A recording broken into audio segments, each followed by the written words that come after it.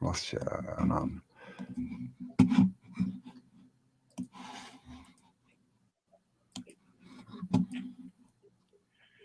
Hello, hello. We are live. I am here with the wonderful Cambell Autodidactic and the beautiful and amazing Michelle Gibson.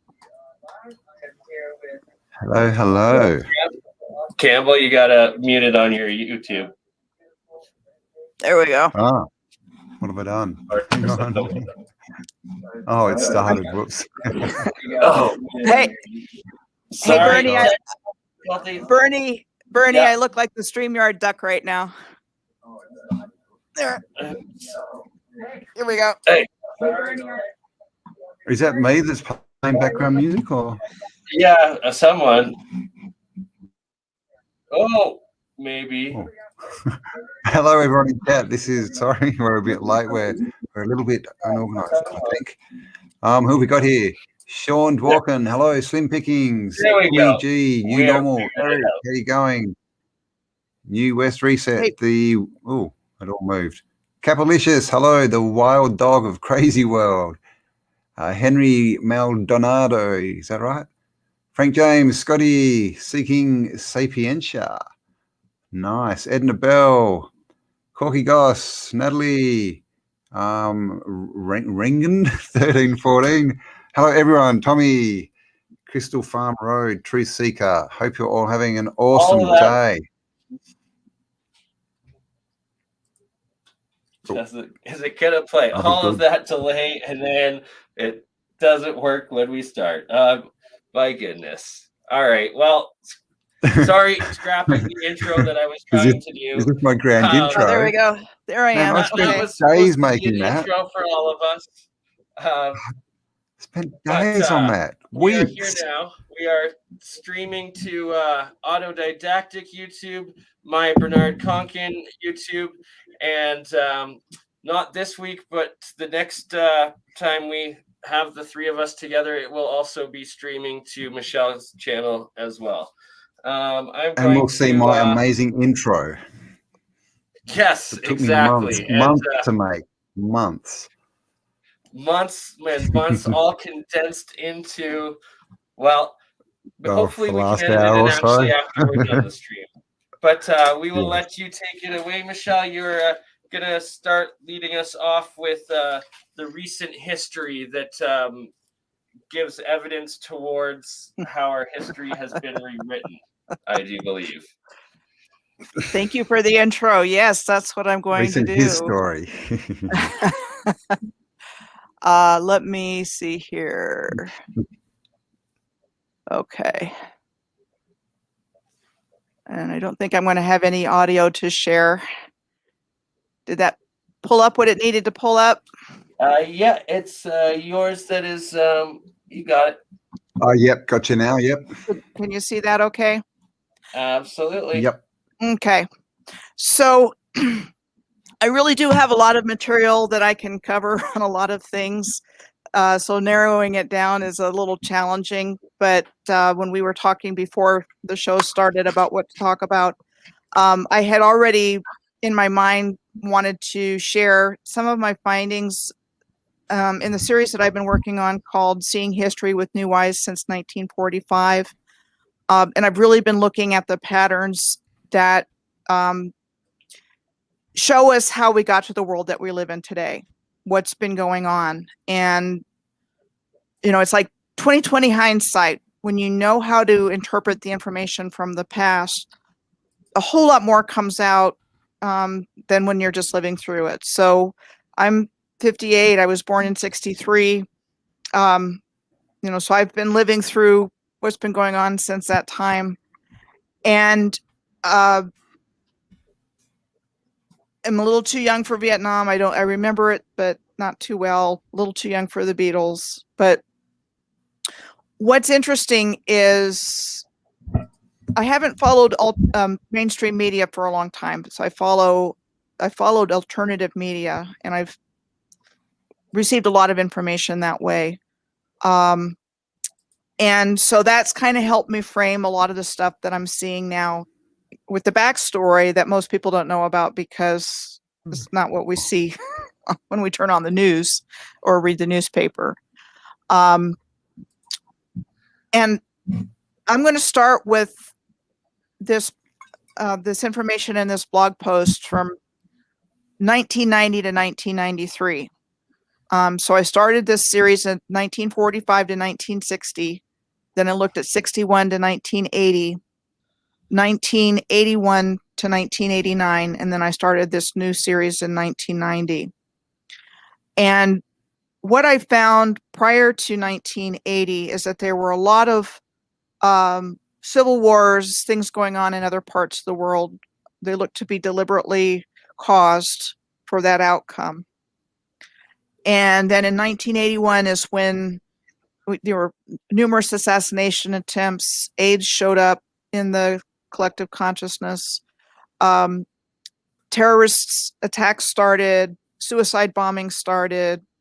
Planes were being blown out of the sky or crashing into mountaintops. Weather, violent weather all over the place. And quite honestly, I'm finding that pattern repeating every year consistently since 1981 up to the present day, basically. And so what came to my mind when I'm looking at just incident and data after data after data about these things taking place that's beyond statistically significant, it really looks like there's been this warfare against us without us even knowing about it, because I know when I was going through the beginning of my adulthood in 1981 when I graduated from high school, I never thought anything other than this stuff was just happening randomly and so on and so forth.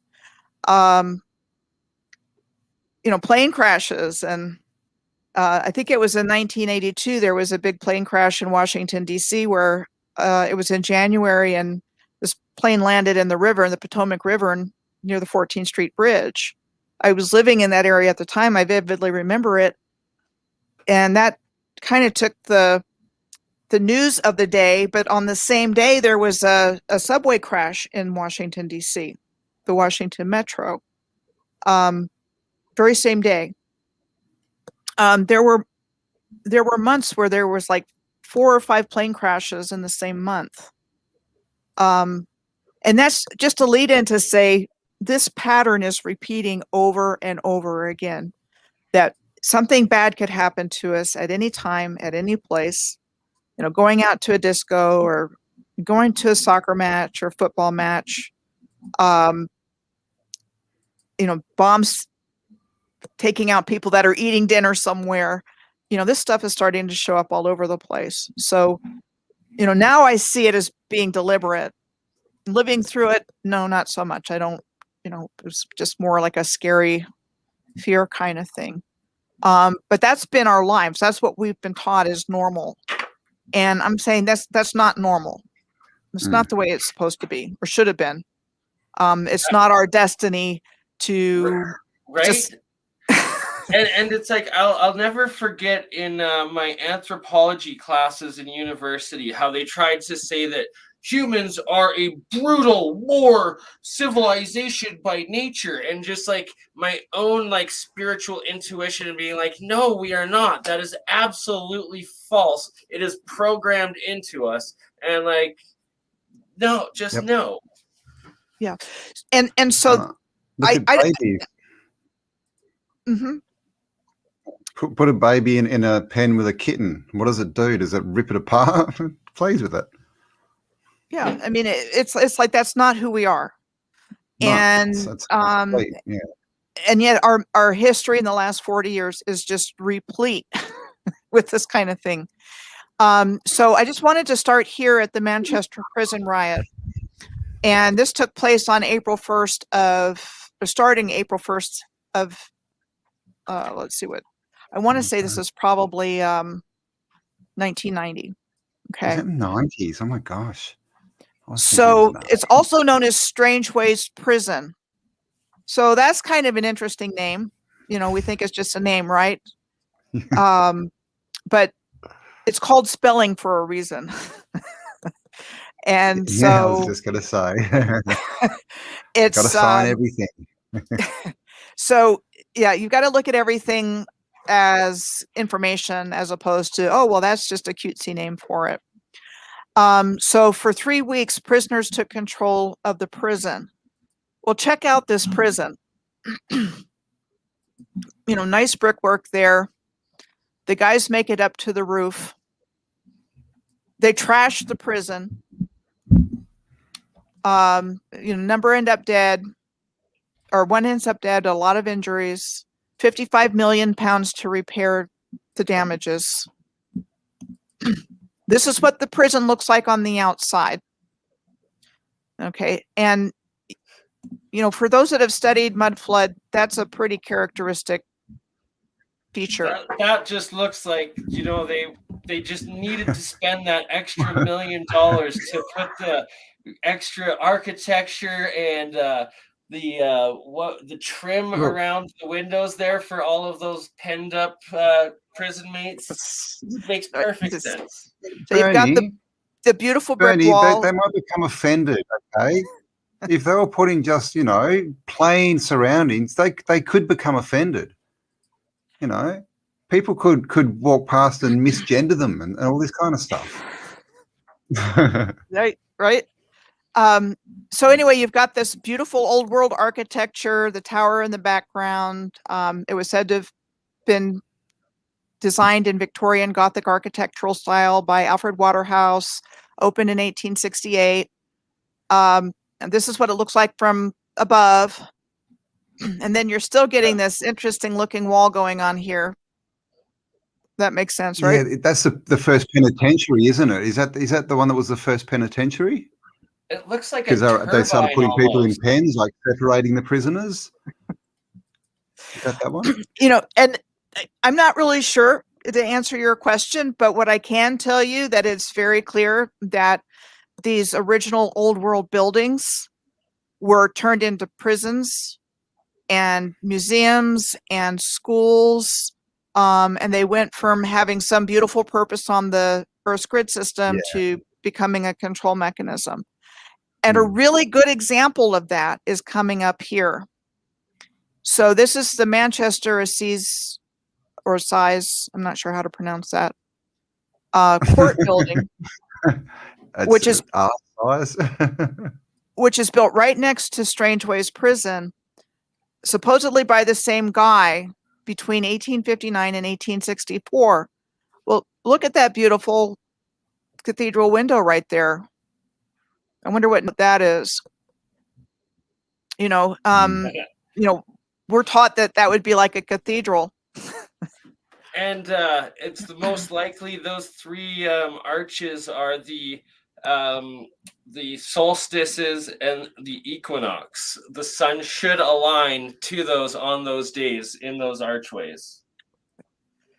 So you've got this beautiful architecture that's the court right next to the prison. And I think that's where they sentenced people to death and stuff like that, if I remember correctly.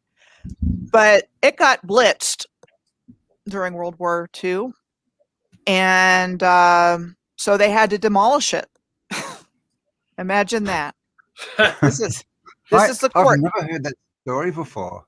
Is that new? So that's what it looked like before it was hit by bombs between 1940 and 1941. And sadly, that's the fate of a lot of this older architecture. And I've really come to believe that was the purpose of the wars, was to get rid of this stuff. Right? Like your interview with what channel was 100%. it there?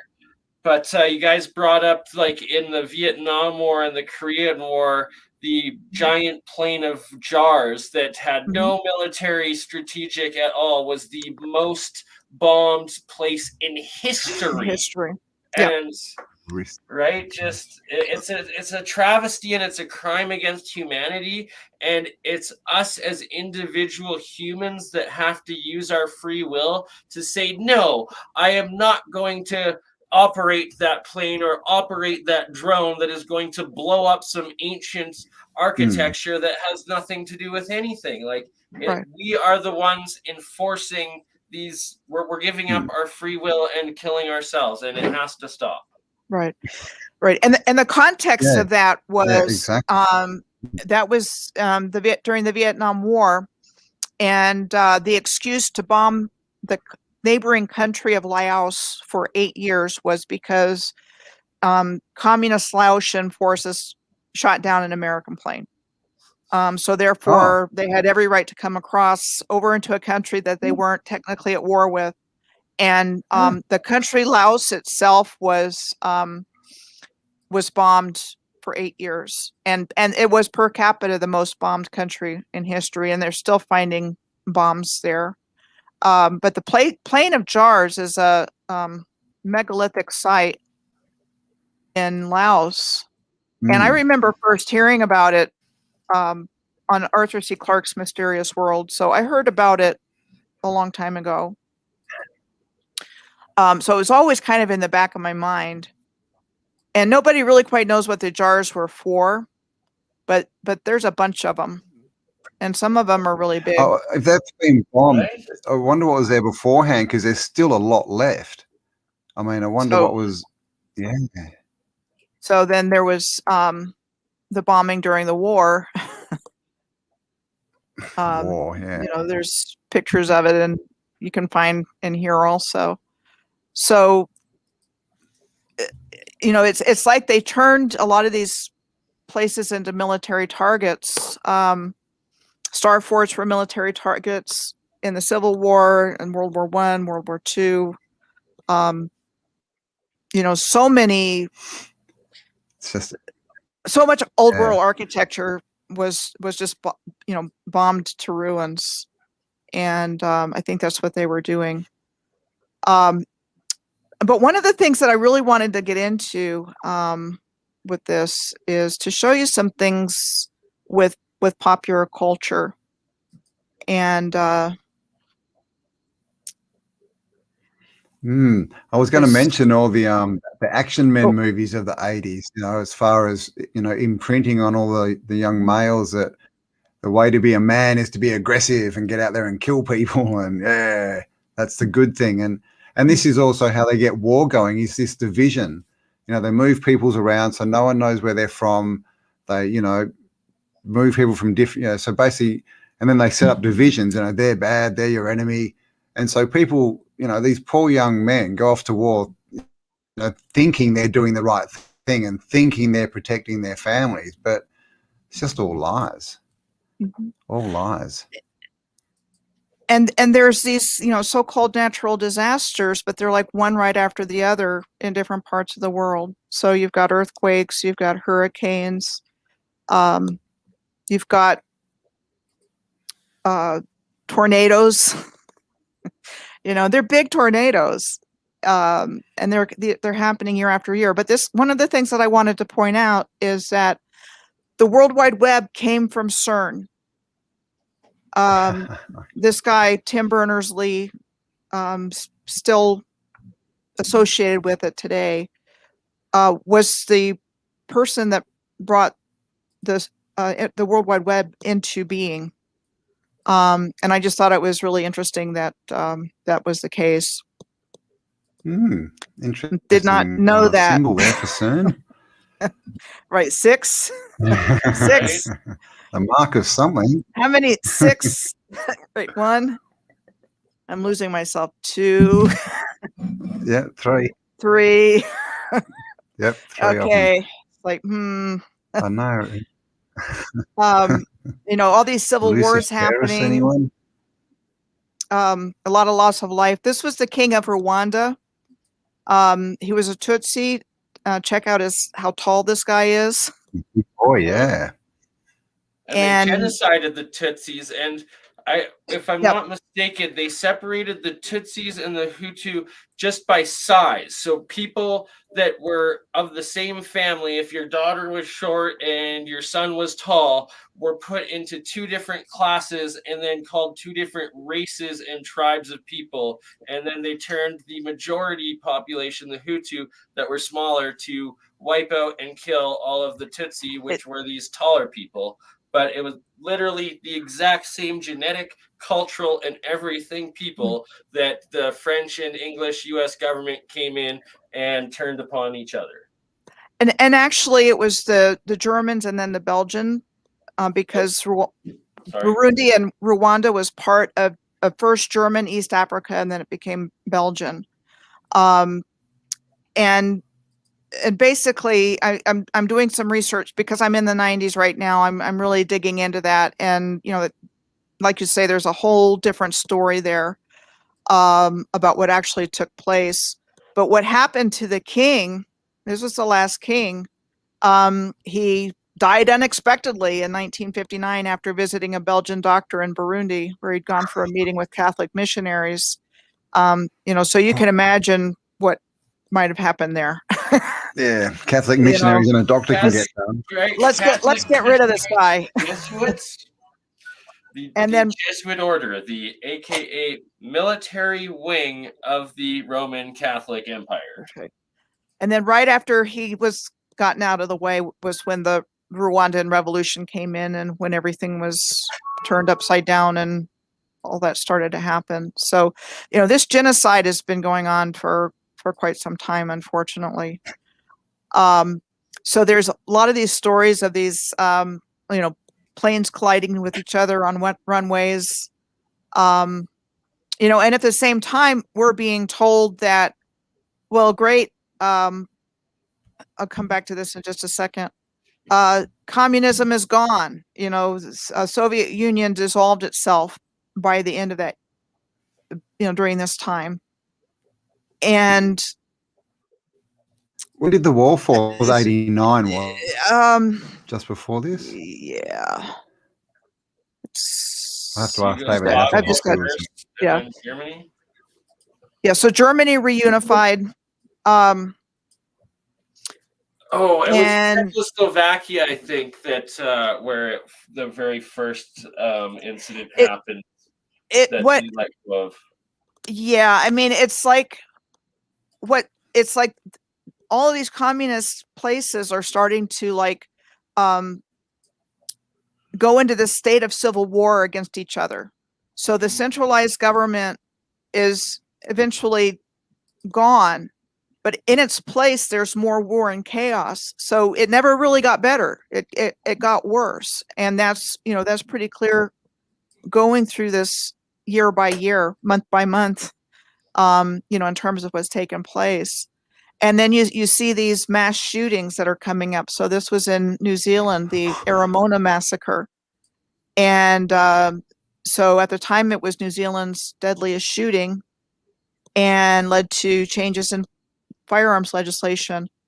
But this is what the memorial looks like, which is kind of interesting because of the pyramid and the circle and the square there, and then this pillar in the middle. So that is the Aramona Massacre Memorial in New Zealand. And they did the same thing in Australia with Port Arthur Massacre, completely, contrived, made up, played out. And that's how they disarmed Australia. And, have a look at what's happening to Australia right now. Mm-hmm. So these mass shootings are starting to come in play. You start to see the formation of the steps leading to the European Union. That doesn't happen quite yet, but they're laying the groundwork. It's a German reunification. And you're still having these plane crashes. This plane collision in Detroit. And I just want to show you the similarity here of this Detroit plane crash and then another plane crash in China in the same year. And it looks like almost identical here. Like a bomb going off in the fuselage. two different places. You've got the earthquakes. You've got these crazy weather events. And again, it's beyond statistically significant. They're starting to devolve into this state of war. You've got Desert Storm going on over with Kuwait. More plane crashes.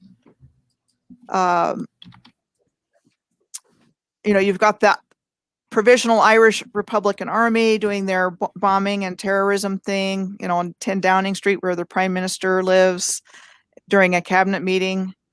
And they show up a lot with these terrorist activities, bombings. Again, I just really have to wonder what's really going on here, because I couldn't find a whole lot of information on their bombing of the London stations of Paddington and Victoria early in the morning in London. So I found this article, and then there's this picture. This was like a stock picture of several different places of this bombing, but it doesn't look, major. Looks like they've got the local skinheads and going, just go in and mess it up a bit, Yeah, I mean, that's exactly what I see when I look at that. It's like that's all that. Basically, that same shot was all I could find to show what this bombing looked like. Wow. So anyway, there's just really weird stuff going on. And I'm just going to scroll through this. I did want to point out that there were two things that happened. One is that the Bangladeshi general election elected a Nationalist Party prime minister. And within a couple of months was a really bad weather event. And so, again, I'm just looking at the odds of some of these things that are taking place. Well, it's all coming out now, just in the last month or two, isn't it? That I mean, it's all been out there, but it's starting to realise that the governments admit that they've been cloud seeding and they're doing all this other stuff and they're playing with the weather. It's been going on for decades, clearly. Absolutely. So this is the point that I wanted to make with that. On April 29th, around 2 months to the day after the general election in Bangladesh, where the Bangladesh Nationalist Party won the majority of seats in parliament, a tropical cyclone hit Bangladesh, killing 138,000 people and causing an estimated 1.5 billion in damage. And again, that's what's in the historical record. But a lot of people. But holy. And then on the same day, there was an earthquake that hit in the Republic of Georgia, in around the same place of this breakaway republic called South Ossetia, which this again had taken place in the same year, where it was saying we're independent from the Republic of Georgia. And so the same day that this cyclone hit Bangladesh, or around the same time, like a week later. No, it was the same day. That happened. So again, I'm just like, what are the odds of this happening naturally? It's just. What's that place called again? Is it Lu something? That country that autonomous region they created? Well, it still exists today, and there's several in Georgia. So there's South Ossetia, and then there's a couple of other ones there as well. So it just really seems like one that has festivals every year, and you can actually get passports from them and become like a diplomat and stuff. Yeah. I mean, this is the kind of stuff that's happening. I mean, the Soviet Union is dissolving at this point. They're still there, but they're dissolving. And all of these little republics start having these aspirations to be independent. And then there's civil war. And, it's not this, dream of freedom that those raised in the West believed the situation to be, that communism was bad. And, it's just divide and conquer. Right. That's right. And at the same time. It is such a playbook because, you know, they had to introduce the whole, you know, terrorists, tell the world what they were before they could get to this point and start calling normal people terrorists. You know, they had to prove the threat, the unseen threat, right? Right. And then you get these stories with really suspicious causes. So this flight in Nigeria, there was a fire that caught fire after takeoff in Saudi Arabia, crashed while attempting an emergency landing, killing everybody on board. And then when I looking at it, the cause for the fire was attributed to the overheating of an underinflated tire, leading to an in-flight fire. Leading to the roof burning off. How did that roof burn off? Yeah, I mean it's like that. It gets better. Some of the examples. I'll show you my favorite one when we get to it. So I'm just going to fast forward this because there's a lot of information, but this is the point that I wanted to make, and some of this is in deference, Bernie, to your music background as a DJ. Perfect. Normally, that Nirvana cover you have right there was actually one of the first CDs I ever bought in junior high. Okay. So we're literally going into my music history. Well, you'll love the topic of this conversation then, maybe. So normally I would not have gone down this road. I would have seen this and I would have said, oh, okay, well, I'm just going to pass over that because I'm looking for plane crashes and earthquakes. But there were some things that really caught my attention on this. So September 24th of 1991 was called the best day in music history because 3 bands released their breakout albums on the same day. On that day, Nevermind, with its album cover featuring a nude baby swimming towards a fishhook with a $1 bill on it, becoming one of the best known album covers in American popular music. Okay. Within, 4 years or 3 years, Kurt Cobain was found dead. Suicided. At his home in Seattle. His death was ruled as a self-inflicted gunshot wound to his head. And it was attributed to his drug addiction problem. Now, that would not have meant anything to me 30 years ago. I would have seen that and I would have just, oh, a baby, how cute. But for those of us, pedophilia being promoted right there, right? Putting the naked child as art. That's kind of the direction. It's like, what is the meaning of this that's hidden? And so that's one point. The Red Hot Chili Peppers. The title's interesting too, isn't it? Like Nirvana, Nevermind. You know, don't worry about heaven. There's lots of implications here. So the Red Hot Chili Peppers released Blood Sugar Sex Magic, and that was certified gold, platinum, and it's been platinum 7 times in the US and sold over 13 million copies worldwide. Now, that's one weird album cover. And it's not the kind of music that I would listen to. I mean, I really like easy listening. I like what you would call new age music or instrumental flowing things that flow. And grunge rock. Yeah, you know, Red Hot Chili Peppers can kind of jolt your system a bit sometimes. It's very sort of ooh. So there's the title of the album, Blood Sugar Sex Magic, and then when I saw that, I thought of the swastika. But regardless of what it is, because I tried to compare it to a swastika and I just wasn't getting it, but it's still an interesting image there.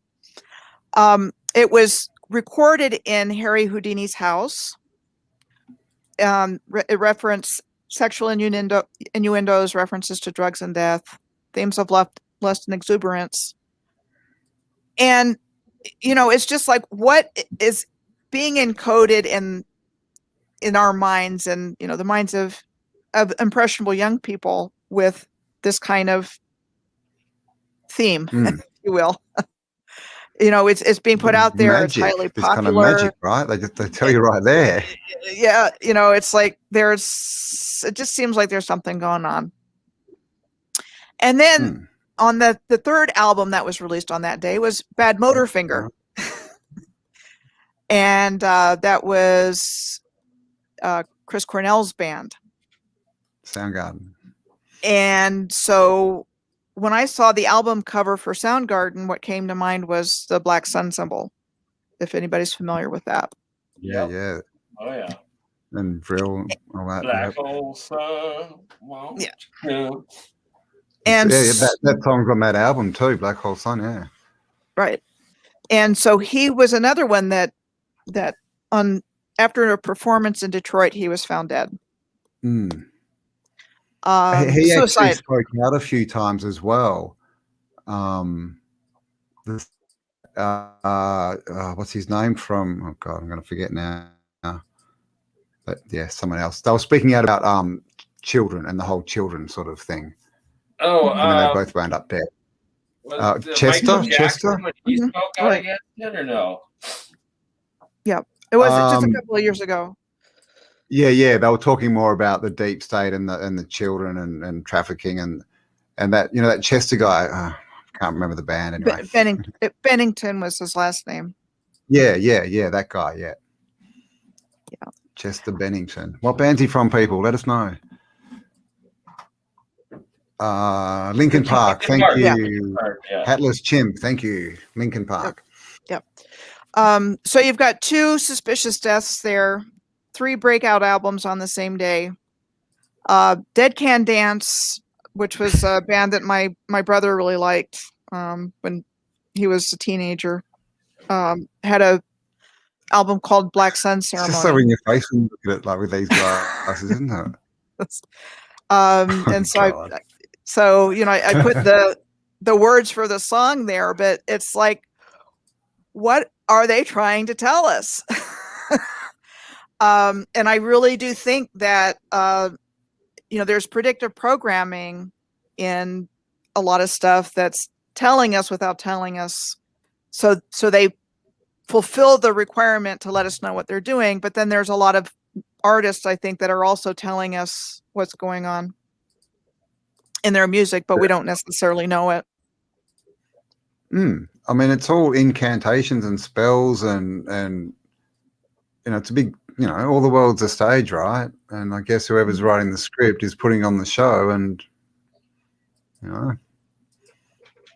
Yeah. So anyway, there's that kind of thing going on. This is more destruction of old world architecture in Yugoslavia and Croatia, between Serbia and what's left of the Republic of Yugoslavia and Croatian forces. So they're destroying this UNESCO World Heritage Site. And of course there's questions about UNESCO, but still, it's saying it's really old. It should be protected, and they're bombing it. And then you've got these crazy fires going on in California, which continues here. It continues around the world. I found some interesting ones in Australia doing the research.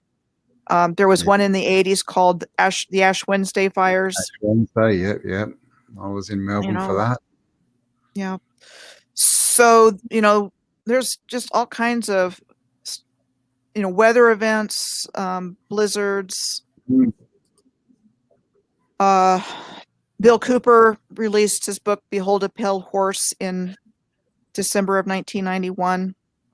And he's, telling us about this stuff.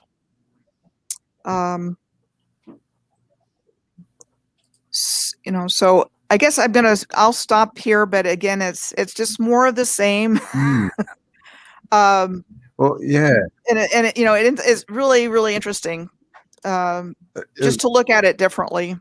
Oh, absolutely. Like when even you were naming off some of those rock songs that I was listening to in junior high and high school, it's like it is a whole new perspective now with the eyes wide open and wow, it's truly hidden in plain sight. How they put this like pedophilia and what does everyone do? You know, we sing these songs, which is like an repeat it, you know, with lots of emotion, and then it's like, then we're the ones doing their little ritual, really. There we go. Yeah. So you know, got to get it's on that.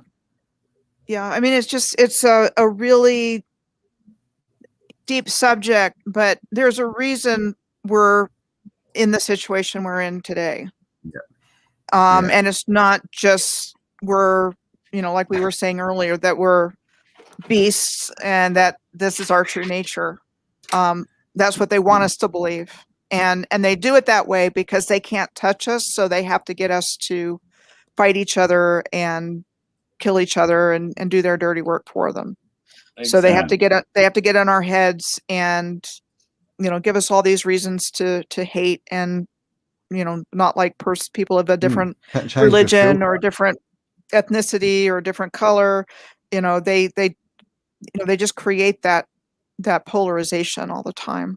And this has been ongoing for, you know, the attack against all of us has been going on for 40 years, but it's been going on before that. And I personally think that the reset really ramped up starting in around 1830.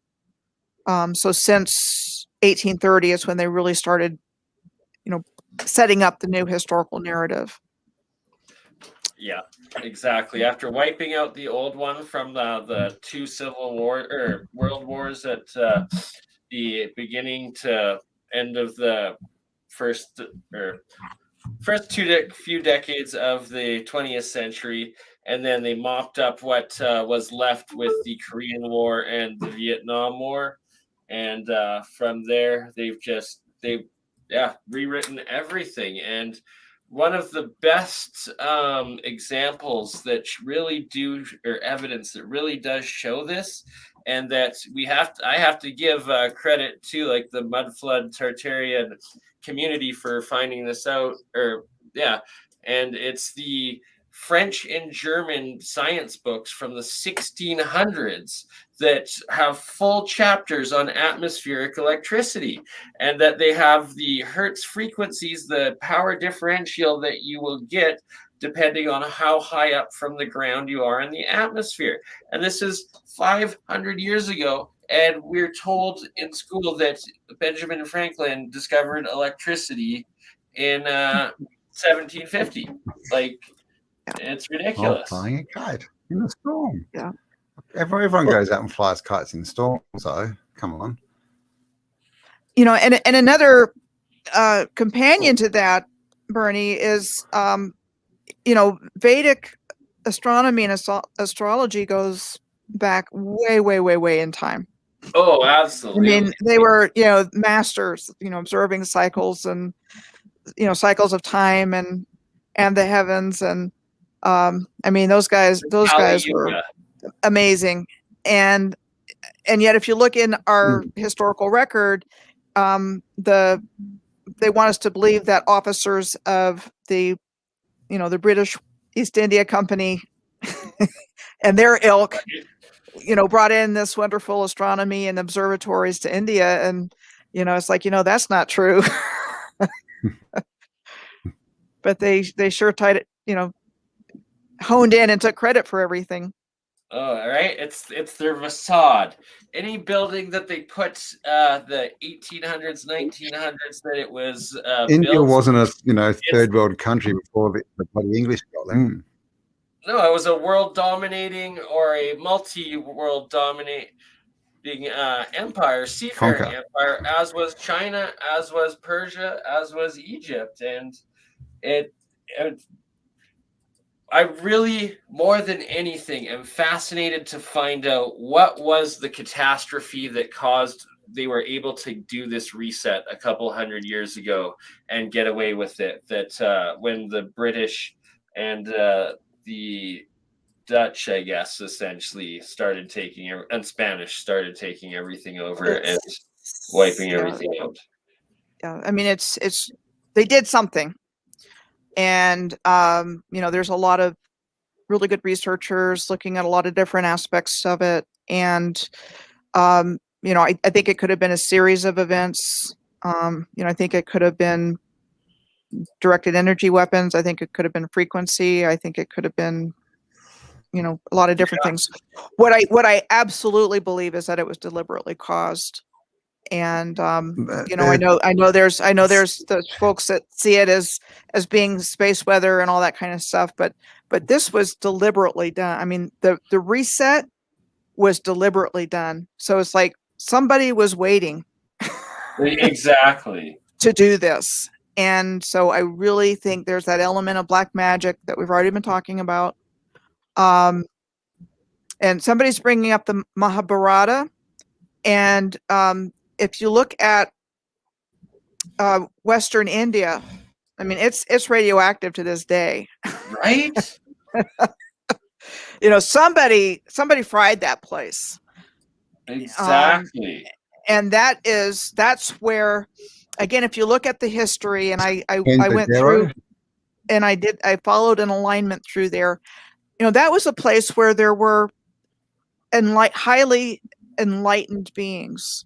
I mean, we're talking masters of consciousness, right? That lived through that area. It's like they celebrated these highly enlightened, beings that knew how to activate their Merkaba and light up like a light bulb, and exactly. And those. Mongolia, right next to Tibet, right in the heart of that spiritual heartland, and we're designed to be taught like the racist conception of you're a Mongol, you're degenerate if you're a Mongol. But it's like those are the most. I actually have a couple of friends that live here that are from Mongolia. Then they were the most spiritually advanced and developed people I've ever encountered, and it's. Everything is backwards. We live in a backwards reality of word spells and fake news. And it just, once you have the perspective to see it for what it is, it's frustrating, but we are making the change. We are the change, and it's a beautiful world and a beautiful future that we are building. But it also shows you that it's just one playbook that they do over and over again. So when you work out, the code, because they've got no creativity, when you work out what they're doing, it's just obvious. Then it's like, well, let's get off this merry-go-round. Yeah. Right? All they've got down is viciousness and brutality. That's their thing. But you bring up a good point, because Mongolia is desert. You've got most of Australia desert. You've got the southwest of the United States on up into Canada is desert. You've got, all of these, the Sahara. I mean, if you look at the Sahara Desert on Google Earth, especially in Mauritania, you just see this downward motion, like something was flowing downward. Yeah, it's exactly the same in Central Australia. It's just everywhere, these flows. It's like, what? Yeah, so it's like they did something, because it wasn't like that. It was highly advanced. Yeah. Savannah. Talk about Drumheller, the Badlands there. Badlands in the United States. It was caused. And I do remember Sylvie on New Earth having an episode about these deserts. And there's in Oklahoma, when it was when I was living in Oklahoma between 2012 and 2016, and I first started waking up to this. And a lot of I watched Sylvie's channel at the time, and she really brought in a lot of really good information about the star forts and these kinds of things. But there's a little Sahara in Oklahoma with sand dunes and everything. And, that kind of fits that category, because I really think there's, pyramids underneath those sand dunes.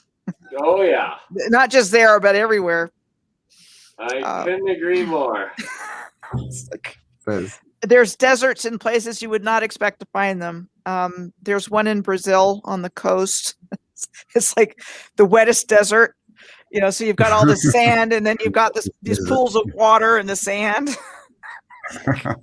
Okay, what's going on there?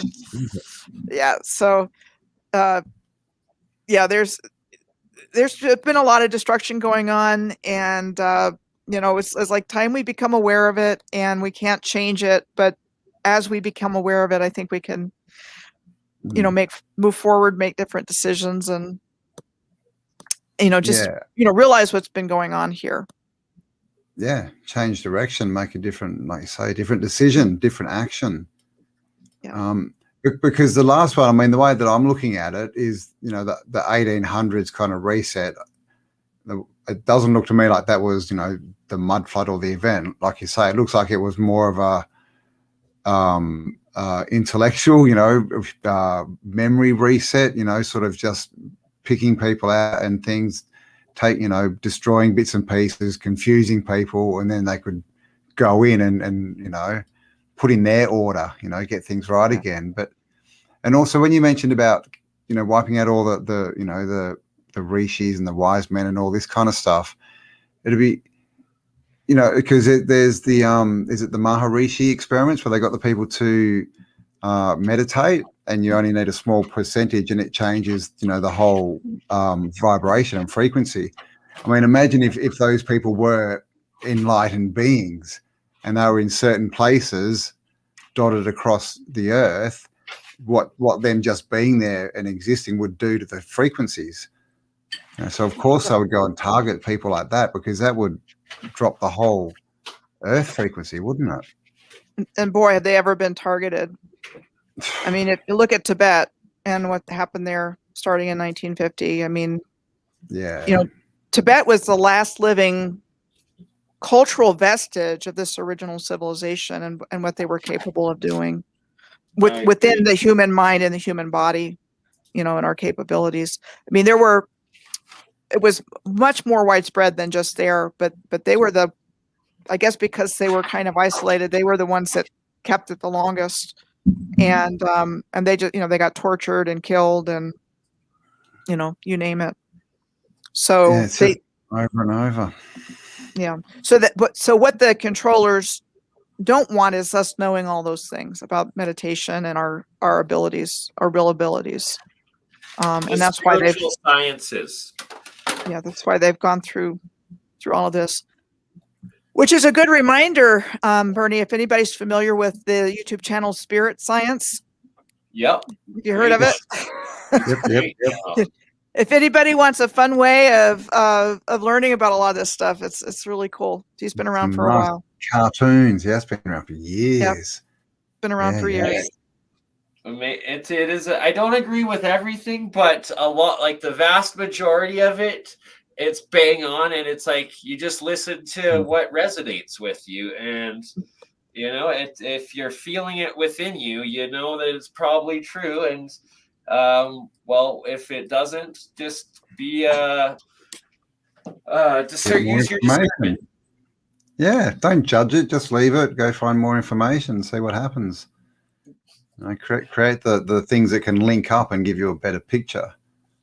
But as we get into this, we're noticing that all these, fringe kind of theories that was always, talked down about, and don't go into that. They're all weirdos. Don't look at that. That's right. That's the truest truth. And it's clear now that there's a very good reason they tell you not to look at that. They're weirdos. Oh, no, because it's the truth. It's just a scam. Mm-hmm. Don't trust your gut feeling. Don't trust your own intuition. Like, don't listen to your spirit or soul when it's telling you that what you're about to do might be wrong. Don't worry about karma. It's all about, being in debt to afford that Mercedes that, you're never going to really drive anyways because you're too busy slaving away to pay it off. Yep. And then you can go home and watch TV and we'll tell you what's real. It's a nice little plan. I stopped doing that a long time ago. Long before I woke up.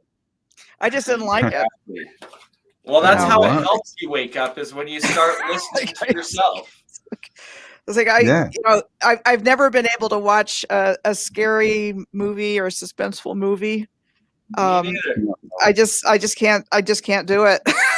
Right, but it's like, why would I put myself through that trauma? Why am I going to traumatize myself with that? And that stuff stays with you. You don't just go through it while you're watching it. It goes into your brain and like becomes a part of you. That's exactly right. And it's like, I didn't want to put that stuff in my brain.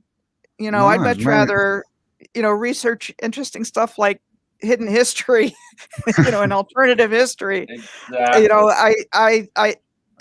My husband would watch movies like Predator or Silence of the Lambs, and I'd go into the bedroom and he'd be like, "Darling, where are you? It's just a movie." And he's about to kill her. He's about to kill her. He's from Texas. And I no, I can't watch it. It's just, it's like my body reacts to it like it's real. Yeah, but it is. Even the sound. Frequency. Yeah, especially the sound. Like I always have to point this out, that Marilyn Manson didn't stop making music because making albums and releasing albums because he didn't want to, or it wasn't profitable or anything like that. It's because he was getting paid more money and was told to put his effort into producing the soundtracks of horror movies, and that they're doing the subliminal messaging and emotional manipulation through the frequencies in the sound within the movies. Yeah, well, we all know back in the, 60s or 70s that they did the subliminal messaging with the popcorn, and they flashed it up, and it said, what does it say? You're hungry, you want popcorn or something. And in the interval, everyone got up and went and bought popcorn. Yeah, after the movie's over, right? Yeah. Like, so it's, and that was decades ago, and people, don't take it on that that's real. And so how far advanced is that now? Exactly. Like, and I will not sleep in the same bed with my girlfriend Amber on a night that she watches a horror movie, because 10 out of 10 times she will wake up screaming, shrieking, scratching, punching, kicking, and I'm literally getting physically assaulted from the trauma that the horror movie has instilled in her. Like, the imprint. Yeah. If you want more evidence than that, I don't know what to tell you. Yeah. So again, that's, all of these things are going on, in our education, we're being dumbed down in terms of, critical thinking was removed from the curriculum around 1850. So they just want us to memorize and regurgitate. Conformist thinking is rewarded and divergent thinking is not. And that's probably only gotten worse. I mean, like I said, I graduated in 81 from high school, so it was kind of a different world back then. But it's like, if you think differently or act differently, you tend to be. Sorry. It's okay. But there's this ostracization that goes on if you don't do what what the crowd does. Exactly. And it's what are you going to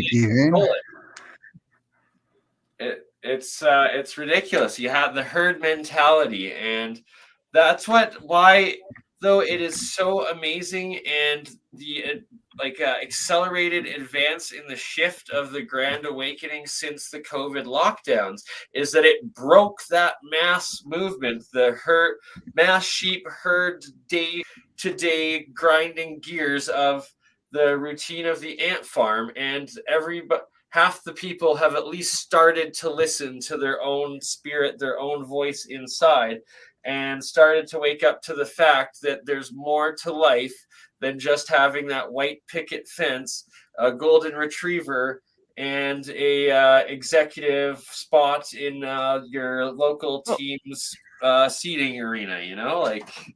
There is. Really? Well, that's really kind of how they hid this from everybody. I mean, I think this was always the plan, but they needed the piggy bank from the West to fund their other stuff. So they had to, make a certain number of people in certain countries feel comfortable. Like it's over there, it's somebody else. We're going to have this nice life here, and it's more division, economic division as well. Right. They're a third world country, right? We're first world because we're on top. We got the gold medal. They got bronze. It's like, come on, really? Third world? What does that mean? It's just all perceptions. And I was watching something, and someone said, it might have even been Lorenzo, that there is no money. There's only credit and debt. The whole money thing is it's an illusion. That all there is credit or debt. Like, that's it. Like, there used to be money. A gold coin is worth something because you can then turn that into something else that's worth the same or more. You can't do that with a dollar note. And I found the origin for that as it affects us today in around 1716, 1717. And that was a Scottish man named John Law, and the founding of the Company of the Indies. And apparently he was a gambler turned banker, good friends with the King of France.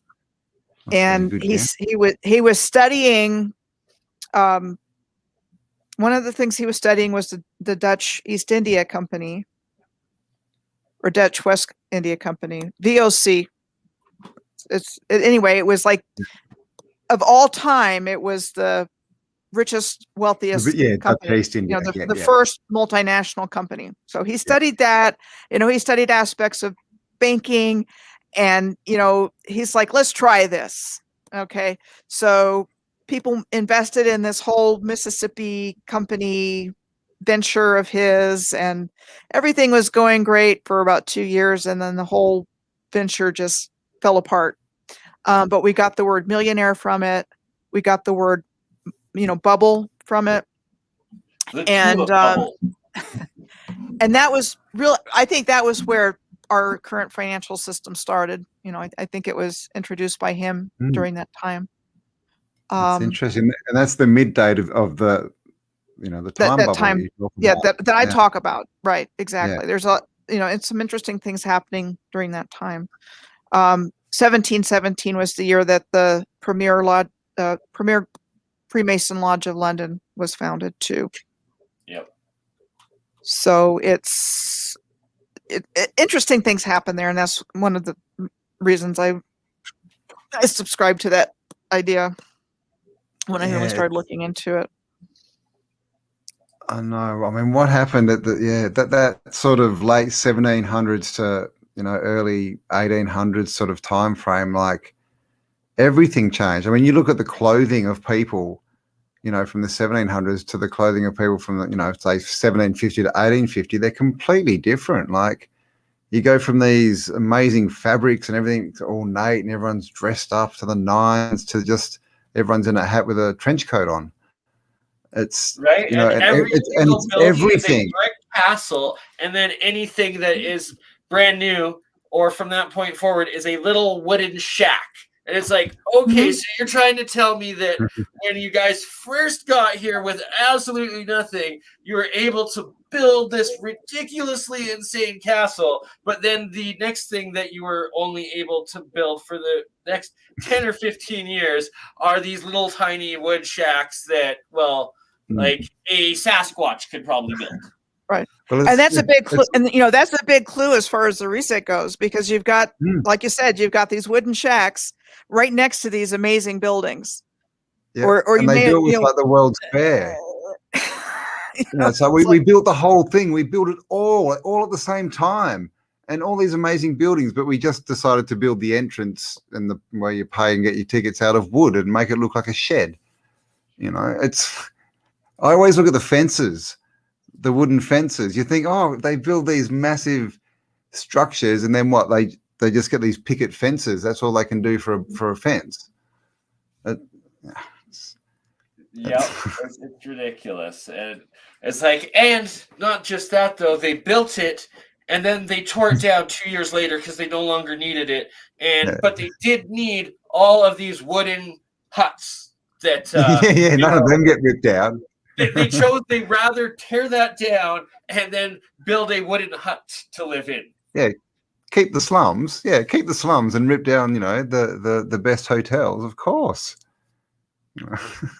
We're doing things in reverse here, Bernie. Come on, get with the game. Backwards land. Bizarro land. Who we got here? Mr. Brees, Face Typer, hello. Callum Wilkinson, Eric. Today's clothing is great when it's yoga pants. Well, there you go. Craig lies in the mud. You guys, I'm just gonna take a quick 2-minute break, and then if we can come back and do like 20 minutes on the ley lines, the cathedrals, and the other section of stuff you were gonna present, Michelle. Is there still time for that tonight? You still good? Did you get that my brilliant, amazing intro up and running? You can play that if you want, Bernie. Yeah, let's see if I can get that to work now. Or I've got a copy of Big Balls. Well, let's see. See, I've talked myself up so much now that it's not very good, and people are just going to mock me when I come back. So please be nice, people. Hello, Truth Unveiled, Rosetta Stone, Hippie Shake, Slick Firmament. New Normal, Aaron Corbett, Face Diaper, hello. I could listen to Michelle cook rice and find it interesting. Well, there you go, Michelle. I wish I could cook rice and have it turn out. Yeah, when she cooks rice, it is interesting. It's crunchy half the time. I don't like crunchy rice. It's because they lie, and it's not 5 minutes rice; it's 10-minute rice. It's doing whatever the instructions say, and it still doesn't turn out. I don't know if that's living in Arizona or what. Actually, Arizona, don't just put it in water out in the sun and it just cooks itself. Not in the part where I live. Further south. Michael wants you to write a book, Michelle, and he says, please. Actually, we'll put the link for Michelle's website because she's basically written about 4 books already. It's just in blog style. So it is Piercing the Veil of Illusion. Is that correct, Michelle? Piercing the Veil of Illusion. Michelle, can you hear me? Can you hear me? There we go. No. Well, if anyone can hear me, it is Piercing the Veil of Illusion. Sorry. A very good intro, isn't it? All right, chat amongst yourself, guys. I'll be back in 2 minutes. Just go into the toilet. Enjoy my amazing creations.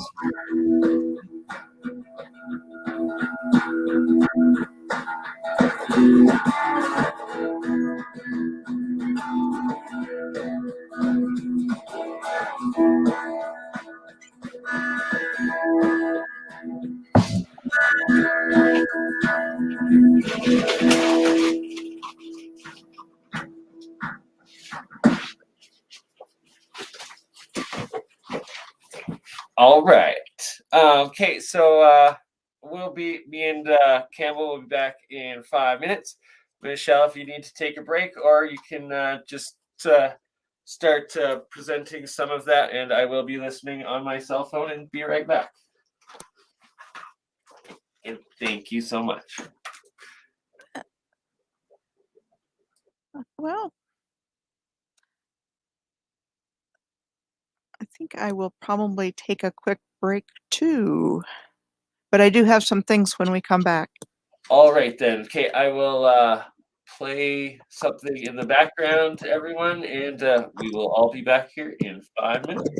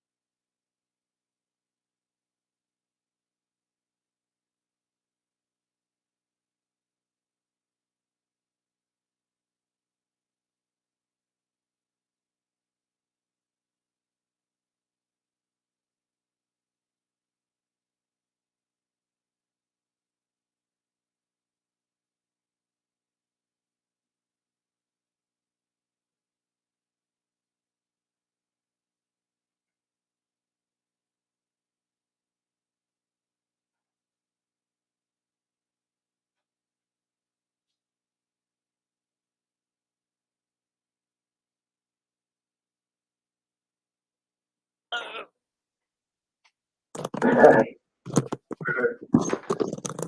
maybe we start with like, are there sort of sections I've got batteries, storage, production of, I mean, are there certain sort of system? Is there like stages?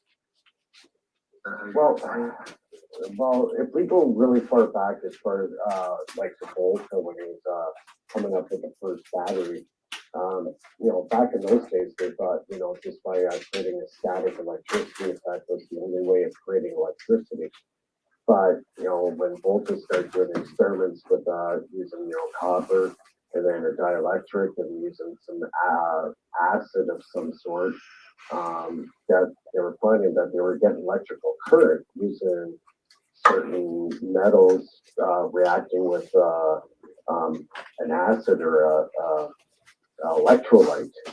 That not only can you create electricity by the static means, you can also create it chemically. So that was a very big discovery for Volta to come up with the very first battery. Back then they used to call it a pile because it was a pile accumulations of copper, dielectric, and battery acid, and just kept piling things up. I think they also used nickel as well in the composition. So yeah, that was the very first creation of the first battery. So different layers of different. Basically, this stacking was different layers of different, materials that had different. A lot of the experimentation was done in that time with different materials. What was working with creating electrical current or creating, basically a new version of creating electricity, not through a static means, right? So, also too, back in those days, you got to understand they didn't have like voltmeters, amp meters, and stuff like this. None of that stuff was invented yet. So some of the early tests to actually see if electricity was present in the battery, they actually had a dissected frog and they would touch it with two electrodes and then the leg would shoot out. Biological, right? We could get in that story right there. We could spend 6 hours talking about that one. There was a big controversy, with having electricity and biological reactions. So we could do a whole show on that one altogether. But as far as that was the very first time that they were able to store electrical power in a battery. And so Volta is obviously where we get the word volt from. Yep. Is energy in batteries stored in volts? Or I mean, my real question: how is it stored? How do you hold? Well, it's a chemical reaction. Yeah, it's a chemical reaction with the metals. You have a dielectric, you have copper, and some of the batteries have nickel. And then it's the reaction. It gets into almost like the alchemy type of stuff. So is it almost? Is it like when the electricity goes in, a reaction is created, and that basically changes or transmutes the materials, holds them there, and then when you want to take it back, does that reverse and release the energy? Is that how it works? Well, it can only store the power for so long after the battery discharges and the electrolyte either wears out or does not hold that charge with the reaction with steel and the copper and the dielectric. It breaks down, right? An acid will naturally break you down. And that's the question and point of it is that if these endothermic, exothermic reactions were taught in chemistry class, so that's putting out energy, which is your heat, which is your cold, it's absorbing it in endothermic, putting out it's exothermic, but that's also electric energy as well that is in that reaction, so that it's creating a battery that you're not having to do these chemical changes in that deteriorates it and builds it up or destroys it, like in your giant D3.5 volt batteries, it's zinc around charcoal, where you're getting your current from the zinc dissolving into that charcoal, creating a chemical reaction that's then putting out this electrical charge. Like when Volta was doing some of the experiments, he had to be very careful because some of the acids that were coming off these piles were actually, they're quite toxic and also very flammable. So a lot of those batteries back in those days, they did catch on fire from time to time, and it wasn't pretty. And you know, it was just over the years and years of developing the battery, right, that it got safer and safer, right? You know, you didn't have the toxic fumes coming off. But there is still a lot of toxic material in even modern day batteries now. But, you know, good technology gets better over time, right? Most of them are an acid, aren't they? So, well, you see now, like they're getting into these new batteries that a lot of guys are using off the grid homes. They're called lithium iron phosphate battery. It's a dry cell battery. So they also have the characteristics of it is almost like a capacitor. You can charge and discharge way many more times than you could a lithium ion battery.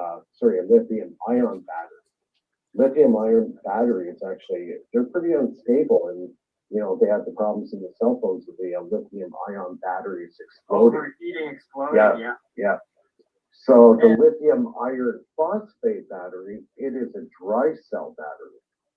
And I have one of them that's actually made for a scooter. I think it's a 160 amp hour battery. But they're very stable. Number two, they're non-toxic, and they're extremely light. Like if you take like a regular car battery compared to this thing's way, way, way lighter. The materials are just so much lighter. But the longevity of the battery is the main thing, that they can be charged, discharged way more than the average car battery. They're rated almost like a capacitor when it comes to like lifespan. So the off-the-gridders, the guys who are building the solar houses and with the inverters and all that stuff, they're all switching over to the lithium iron phosphate battery because they last and they perform, right? Well, there's also such things too, like a mechanical battery. And an example of this is people have created systems where the solar energy activates a water pump that then pumps water up into the water tower while it's using that electricity during the day. And then when you want it at night, you let the water out, go through the hydroelectric generator, and it's coming back out. And that's completely green and renewable type of battery as well. So it's that also like graphite, I believe, or graphene is another type of solid state battery that they've been suppressing the knowledge of or the advancement of. And I think John Hutchinson's crystal battery might be that type, but it could also be a piezoelectric style battery or something. I think there we go. And we are back.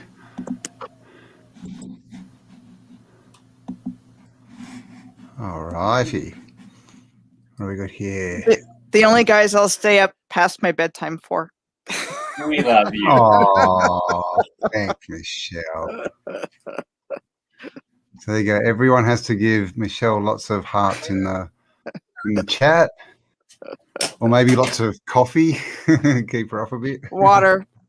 Oh, then I'd never get to sleep later on. Where's your kitty cat? Is he asleep? Is he? Well, I'm at a place where the internet is better, or I'd be dropping off a lot. So he's at home and I'm at an office. Oh, okay. Nice. So you're really committed with us here being up late. It works. All right. But I 'Cause you're usually get out up. in the desert. I usually get up early and go to bed early. So, Yeah. but time zones and all that kind of thing. Wow, I know it's good, isn't it? And it's great we can talk to each other. It's just the time like, I get thing. I get it. What are you, 13, 14 hours ahead? So Yeah, it's almost, it's 11:18 p.m. here. Yeah, it's 2:18 p.m. the next day here, Yeah. I guess. Yeah. Yes. So I get it. I'm here. And we love you for it. Oh, and here we go. Everyone loves you. Stuart Rogers, Narina, Kimothy. Here we go. They're all sending you hearts. Thanks everybody. How do I say that? Retinue. Oh, you just put up Retinue 96 something. All right. Thank you, everyone, for sticking around. At least I'm more intelligible than boo boo boo boo boo. Oh, absolutely. I mean, my brain feels that way, but it's More intelligent than me. it's working. King Vegemite, are you in Perth? Send me an email and join our meetup groups. And everyone out there too, you know, join up with anyone who's in your area. Try and actually get physical meetup groups, you know, get the energy flowing. You know, the power of two people is much more than the power of, you know, two separate people. It's more than 100%, if that makes sense. Did I say that right? Yes. It's almost like the electricity grid that we were talking about yesterday, Bernie. Like, you get more output than the original input or base frequency. Yeah. Speaking of impossible time zones, so I'll share this. It's in the next short and sweet that I'm working on that people have given me suggestions. And Big Diomede Island is a short distance from Little Diomede Island in the Bering Strait. Big Diomede is Russian. Little Diomede is American.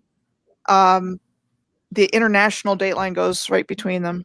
And so there's 21 hours difference in time between the two places. What? And they're less than they're less than 3 miles apart. And so 3 miles. Less than 5 kilometers apart from each other. They needed to put the biggest possible division between Russia and China, or Russia, America. I guess, right? So it's interesting because it's Little Diomede is part of Alaska. That's and jeez. Yeah. What's the logic? There is no logic to that. Now we know. Now that we know how messed up the world is, we know there's no logic. Even this time is just doesn't make sense. Just this imposed grid, isn't it? A prison for the mind, a gilded cage. And it seems that we have people literally from every time zone in the world joining in live with us here. So I'm seeing it all pop up. Yeah, we are making an impact, and your late night sacrifice for us, Michelle, it's not in vain. I'll try not to make too much of it. You need to share a screen again here, or yeah, let's do that. Okay, I'll just let you put it up. I'll put it to the screen, and then I was gonna go finish my cigarette that is still outside burning. Yes, I agree, Eric. That's how I was able to come back in instantly when I knew Cambell was back and to get it going. It was synchronicity. And Eric Smith has just spoken some truth, and he says long hair gives one psychic powers, and I believe that's true. If you don't believe me, just go and watch what's that movie with the big blue people? I can't even remember the name. Avatar. Avatar. See, we can plug into the trees. So synchronicity is a good lead into this, and we were talking about ley lines too, and it's been a pretty incredible journey. And what I'm finding when people give me suggestions, Most of my original data came from my own research and following ley lines, and those were all the places that I looked at, and that's what focused my research. And when I look at places that other people suggest, it takes me places that I wouldn't even think to look, which opens up whole new subjects. And, you know, you just barely have to You scratch almost the don't want to look. I know. barely scratch the surface for stuff just to come pouring out. And I think the original civilization was very advanced. I think it was based on sacred geometry. And I think ley lines are, besides being hugely significant, I think there's consciousness there, and metaphysics, and, you know, I can't even explain it, but there really is magic there. And so I kind of wanted to give this example of this work that I was doing based on something somebody suggested. And I'm going to use the follow-up because this is where a lot of the synchronicities came in. So somebody who lives in Cape Fear, North Carolina, told me to look at this area that he had learned about this ley line from the Bermuda Triangle to,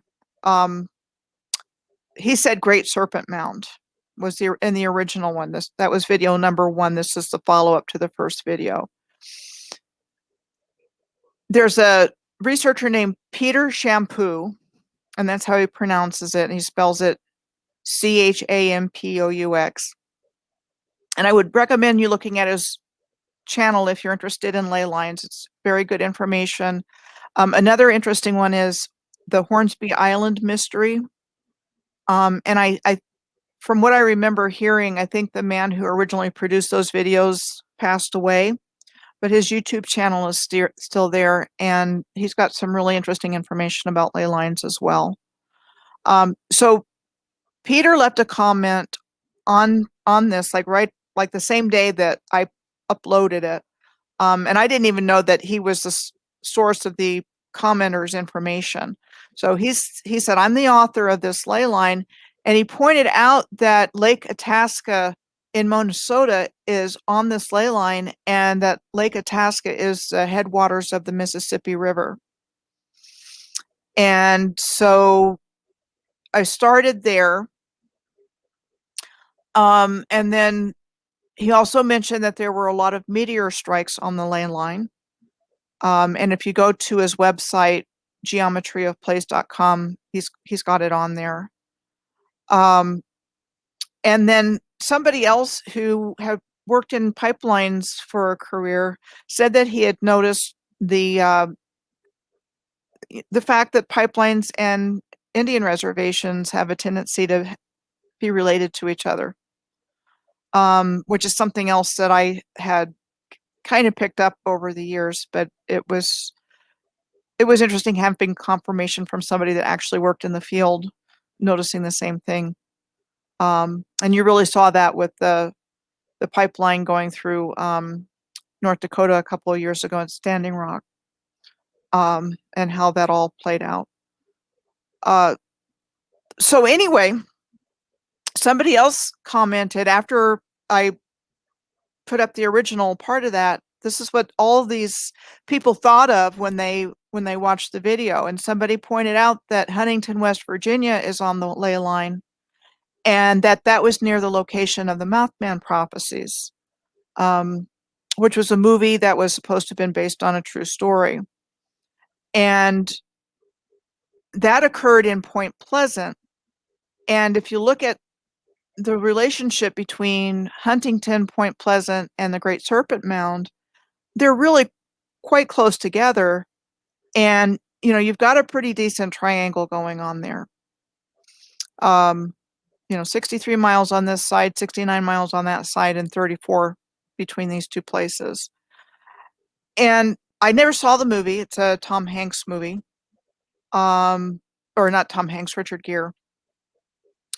But it was based on this reporter, I think, whose wife had an experience, and he went back there to research it. And then I think after I uploaded this video, somebody commented that they actually had an experience with this creature. But I find it very interesting because I'm wondering if, originally this grid system was functioning throughout the earth, providing that free energy that our show is being introduced with. It was integrated. I think everything worked perfectly together, and I just wonder if there are places, geometrically on this grid that with an unmanned grid system, if there's tears or holes or, these magnetic anomalies or different things happen, like the Bermuda Triangle and places around the world that have the same reputation, called the vile vortices, where the same types of anomalies occur, where there's supposed to be disappearances of ships and, unusual things happening. So because there are places like this, I just wonder if there's a reason for it. And I'm just kind of speculating there, but it is interesting that there are places that are like this, where there's, enduring legends of these creatures, for example, in this part of West Virginia. And then I also knew from my research that there was this university in Huntington called Marshall University, and all of these universities have the same style of architecture. And I do believe there's a reason for that. I believe they were already built and part of the original civilization. And these are just a few examples. And then Huntington also had a trolley park, trolley line, rail line.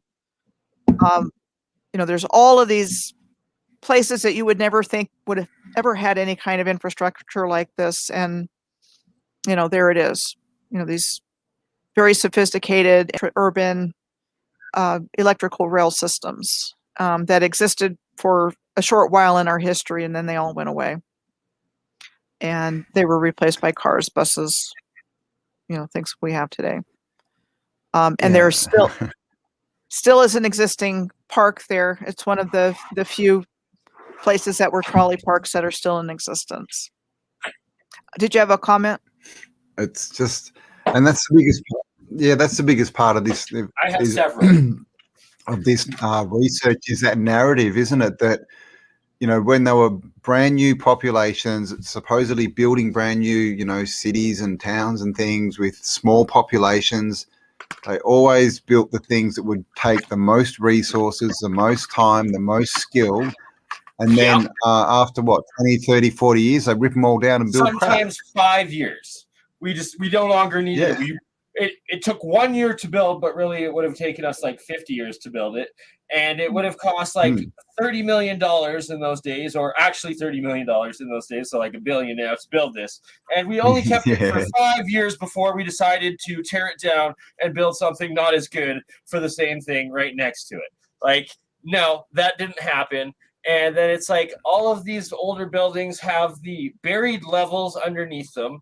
Every single city, even in North America, has underground subway systems in the downtown that nobody of the public's allowed into, but they've been there forever. And then it's like documented in Paris, like the catacombs under Rome, of these cities, and then in Turkey, where their people are actually allowed to own the property and discover it and go down. You have 5 to 10 stories of full city underneath it the entire way down that's populations of millions could survive in. And this is everywhere in the world. So right there, it just doesn't add up. And who's living there and what is the purpose of it? And any place that's dated, it's like they're 10,000 years old or older. So it's pre-Atlantuvian. And that's just the facts of the matter. And if you look at the Crespi collection, you both know of the Father Crespi collection. That's in Ecuador. where he was a Roman Catholic priest, Jesuit order, but he was good Father Crespi, so all the locals trusted him and gave him one of the many Golden Hall Book of Records that are documented around the world. These ones there's actually pictures of. And yeah, every language, if you study languages, if you know languages, you have Proto-Greek, Proto-Sumerian, what's the one of the East there that the Mahabharata was written in? Sorry, the ancient Eastern Indian language. Indian, yeah. Ayurvedic, Yeah, Sanskrit. Sanskrit. It's they have in some of these golden records there. So that one looks like Proto-Greek, the pyramid. Michelle, is it you're sharing your screen right now? Yeah. If you can look up the pictures of the just say the golden or the pages. Sorry. I just smoked some weed while I was outside, so I got super high and had a temporary memory loss. Because I get high. Because I get high. Because I get high. There's a couple pictures that have like 6 or 7 of the pages laid out together that they're all pure gold. Is that it over on the right there? Yeah, that's one of them. So that's rolled, is it? Like really sort of thin? Yeah, gold. It's pure gold, and it's less than a millimeter thin or thick per page. Here, I'll try looking up at another one too. Oops, sorry. And they were doing stuff. Mind Unveiled put out a video yesterday about Da Vinci's art and showing that the layers of paint and lacquer and that are like in the microns. Exactly. And all like the Roman era and Sumerian era is nanotechnology, and that's what we're just starting to discover again. It's been printed. It's like clearly, right? Oh, that means it's been printed. Yeah. No? Well, unfortunately, the nanotechnology is being used against us instead of for good. Definitely. Yeah, I'm sure there's aspects of it that are helping us, but I know there's aspects of it that are not. Well, that gets into the Keshe Foundation and a lot of the plasma research work that he does that I've been learning over the years. And it's a good thing that like the colloidal water, the structured water that you make, so like the stuff that Mike was making there, Cambell, and the monatomic silver, copper, zinc ones that I make. And we'll do an episode on how to do that at home. Yeah, definitely. But the plasma water, the fields of it, wipes out the nanotechnology. Like it's all about field forces. So if you just have one tiny little one in you and it's not very active, it's like, yeah, it'll kill all the cells around it really efficiently. But like taking one big magnet to everything, it's like it'll swipe it all at once. Like I'm talking like field force interactions example there. But if you start drinking this water on the regular basis, it changes your field, like it replenishes it. So you can kind of picture it as like your aura. And that by drinking the silver gold plasma water into you, the plasma is the strongest field that you have. So you're replenishing it. So it just gets rid of all of your sicknesses. But where a lot of people go wrong, it's like you'll see people that turn blue or whatnot. It's like, no, you guys are actually poisoning yourselves. You took it too extreme and that's why you die. You actually are absorbing the chunks of the metal, like whether it'll be copper, whether it'll be silver, gold, it's broken down. Those are where the plasma is monoatomic, so a single atom. Yeah, okay. The blue is it's when it's oxidized, so you have a copper, and then you have like 2 oxygens per atom, copper or gold or silver atom attached to it, and then you have about 10 or 15 of those then bonded and attached to themselves too. So it'd be like mono 100 or atom 100s or atom 1000s compared to your monoatomic plasma size, which is like your quanta size of 1. And so you're still getting the actual solid metal that gets caught in your body, and then you accumulate a bunch of it, then you're getting all of that poisoning, and that's how it collects over time. And it in a turns different form still, isn't it? Thousands, and that is your heavy metal poisoning, whether it's mercury, whether it's gold, whether it's copper, whether it's zinc, heavy metal. It's because you're actually ingesting, eating in large amounts of the physical size or solid amounts that are then solidly connecting to your flesh body that you're intaking, and that's going to kill you with the heavy metal poisoning. The plasma, it's the white one, and it's only one of them. And so that's like a cell on a cell level. And as it charges the water, so all the water you're taking in, it's got the plasma energy, but it's also got absorbed into it these monoatomic coppers or silvers.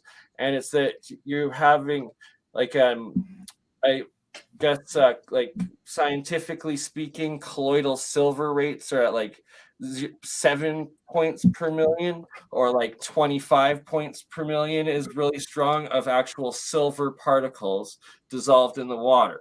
So that's like 17 of those single white plasma states of your elements dissolved in that water that you then get into your body when you drink it.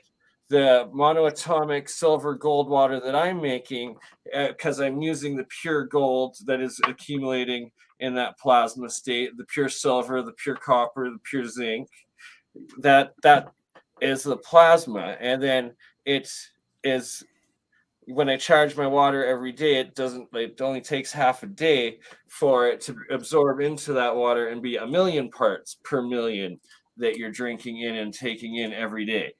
And so that's how it truly like is the scientific understanding of how this stuff works, and how you're changed the water into the plasma state, and then how you're having plasma atoms interacting with your body cell living plasma atoms, and how it's on both the micro scale of each monoatomic atom of whatever the plasma it is you're bringing, or the solid plasmas that are so it's not a plasmoid, it's a solenoid of that would be like 100 copper or 1,000 copper, or if it's mercury, it's 1,000 mercury per chunk you're bringing in. And it's like you have the substrate at the bottom. That's in your monoatomic elements now, where it's either like dissolved in on the anode side, it's falling down, it's producing these blue pieces of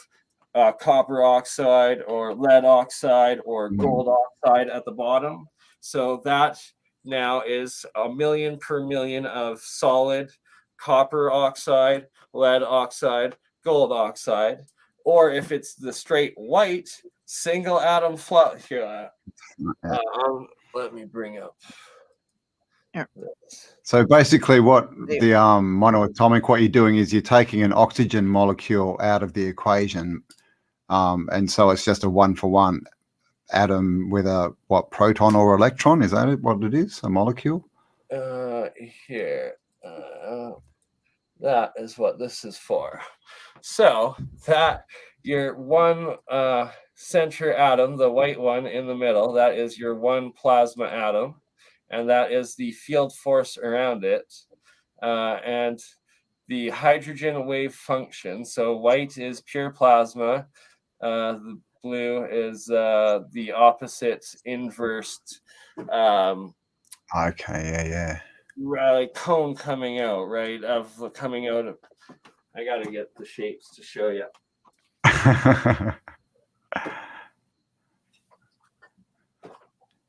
Welcome to Burn Eye Third Eye, the science guy without the bow tie.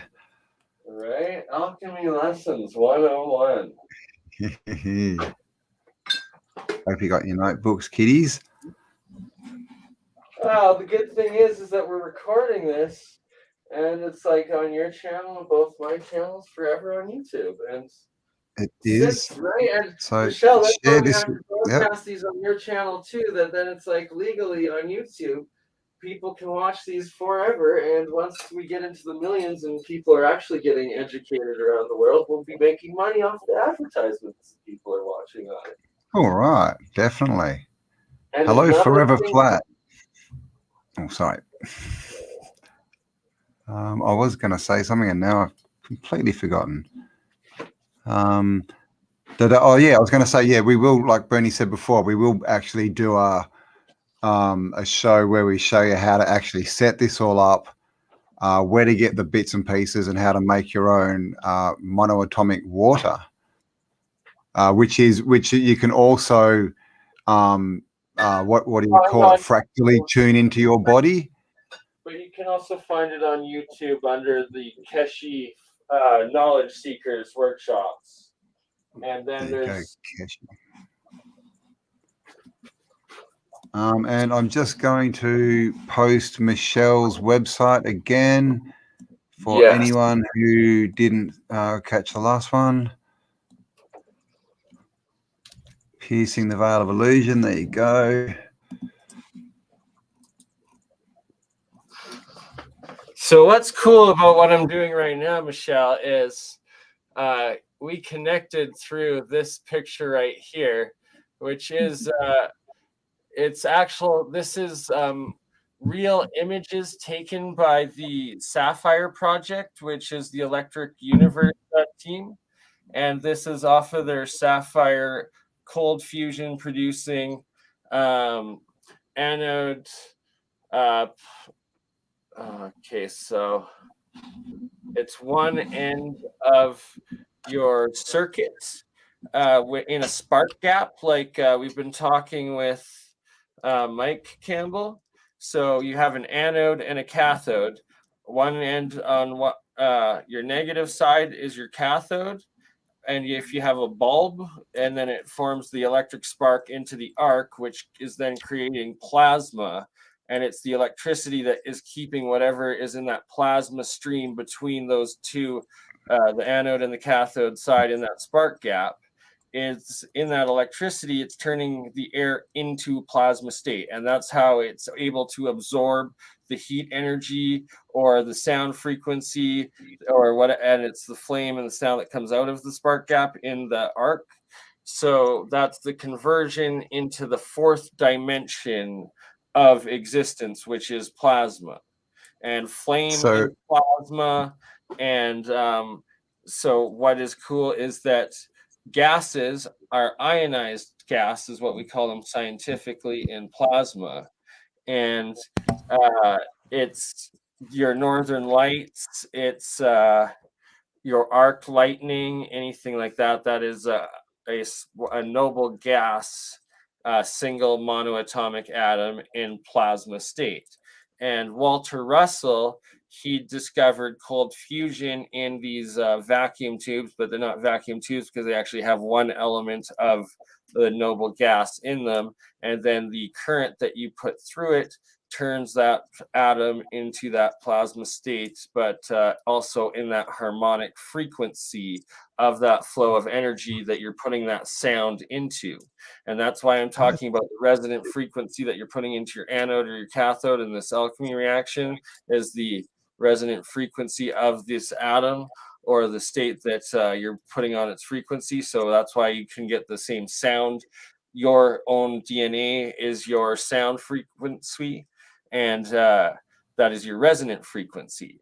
So that's what's so crazy about the anode cathode side of these electrolysis alchemy cold fusion reactions. It's the Keshi, he calls it the Keshi cup of life, but it's like, it's what I've decoded in the alchemy symbols as this electrolysis whole language and whatnot.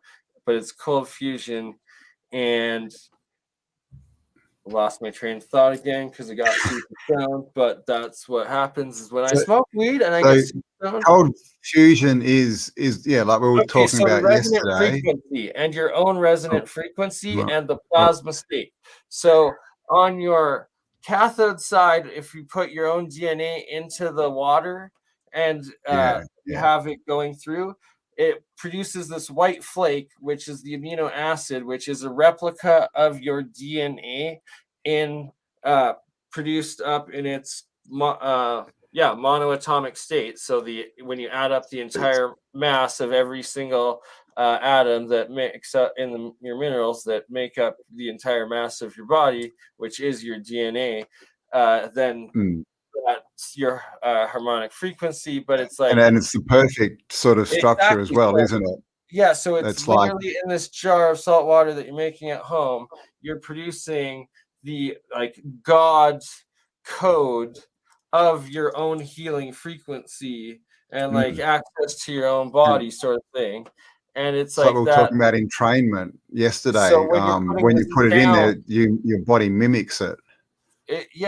So for sound healing and the harmonic frequency, and it's like you can kill the royal rife and all of that stuff.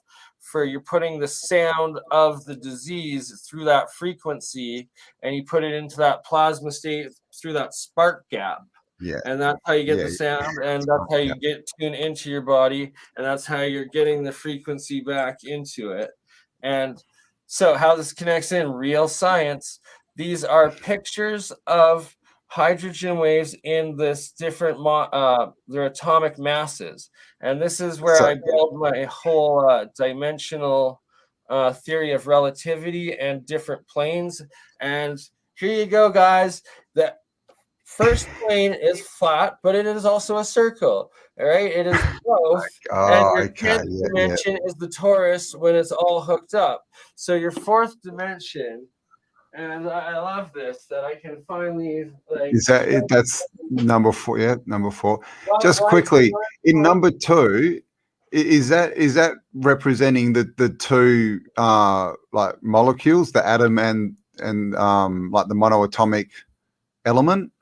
That of hydrogen, the hydrogen wave formation. So that's a hydrogen and an oxygen. Hydrogen coming out of the state of plasma turning into the state of solid.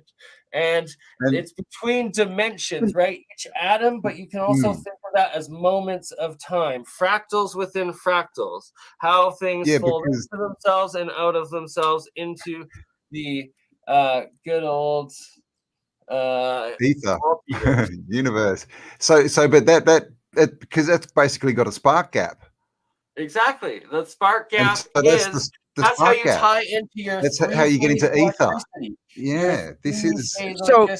Plasma is the 4th dimension. It is the higher dimension connection to the 5th and the higher. So I'm going to interject something real quick here, guys. Please. I'm gonna tie that to architecture. Yes, exactly. And when I saw Bernie playing around with this before we went live, I knew that you instantly had this, and this is you are going to like. Just look at some of those guys. Is it up? Is it up? Oh yeah. Can you see it? Yeah, exactly. Yep. Okay. Got it. So this is a church in Pittsburgh, but you can find it anywhere. So there's different types of cathedral windows. This shape of this arch is very common, and it does serve a purpose. But I mean, I don't know about anybody else, but when I look at these windows, I see these waveforms. Exactly. Right there. So, I don't know. It might just be me. And I was asking for the longest time, what's that shape? What's that shape? And there it is. Because you see it everywhere. And also when they stylize it to look like the clover, the 3 or 4 leaf clover, it's the same shape. Oh, I know. I'm just keep on guessing because I'm gonna blow. Just you wait. I stopped sharing my screen. Sorry. Let's let Michelle talk. We keep butting in. Sorry. No. I was just going to say. So there's that type of window with the waveforms, wave functions, but then there's also the solfeggio frequency windows. And the round ones. Yep. Right, the rose windows. So they're serving different functions, but those cathedrals are definitely doing a lot more than what we've been told. And then I'm gonna share one more time, because you can pretty much say the same thing about mosques. Mosques are doing the same kind of thing that cathedrals are doing. And I think this is Bernie's mentioned before. Whoops, sorry. But those windows are basically standing scale or scalar antennas. Is that right, Bern? Exactly. Yeah. So this is a mosque in South China, in Sanya City. There's a very, very small Muslim population there. Like the Uyghurs in north central China, they're also being persecuted. And these who are also have blue eyes and blonde hair, some of them, don't they? Yeah. These are called the Utsul, the ones in Hainan, but they're a very ancient people also. So, again, they go after certain groups of people, but you can still see the Antiquitech on the mosques as well. And I know the sacred geometry. So, I just wanted to point out the architectural styles are different, but they're serving similar functions. And again, it's not anything like what you nailed it. And it's what not we've been taught. Sacred geometry. It is higher dimensional fractal mathematics is what the actual subject and study is. And I will help you guys understand it a little bit more right here. And it's through Walter Russell's diagrams. And it is the octave system. And it's also Sir Isaac Newton's color octave system. And it's like Pythagoras's harmony of the spheres octave system. And it is also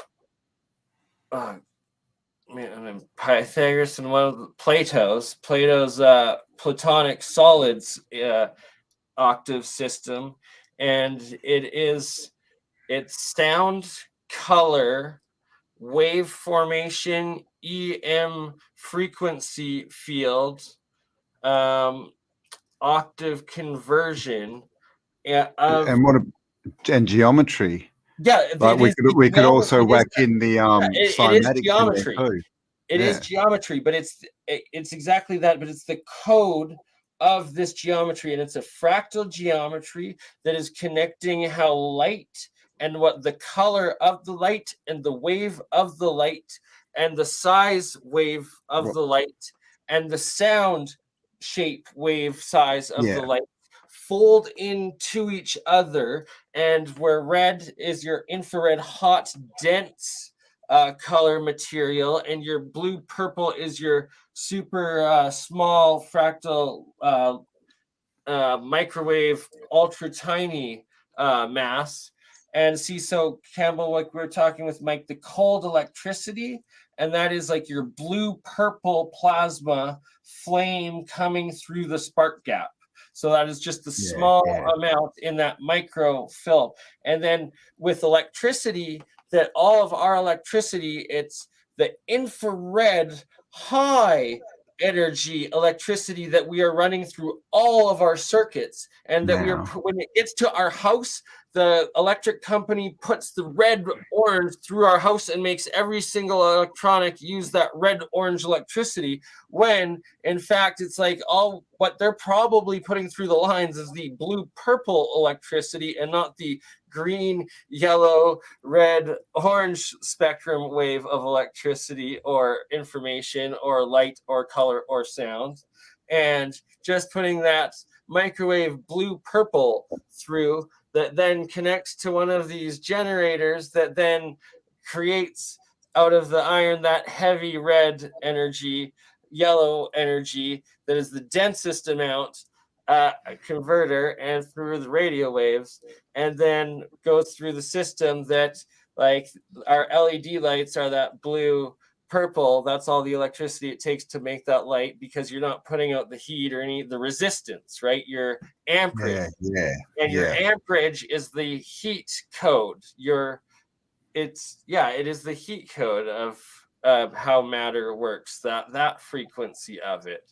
So that's why through the Wi-Fi they're putting the microwaves, that is all the information, that they're not putting all that matter force of hot electricity and information through the circuit, or to broadcast it to each other. They're putting, and see, this has to do with how they put light through glass, the fibernetics cables. Fiber optics, yep. Fiber optics.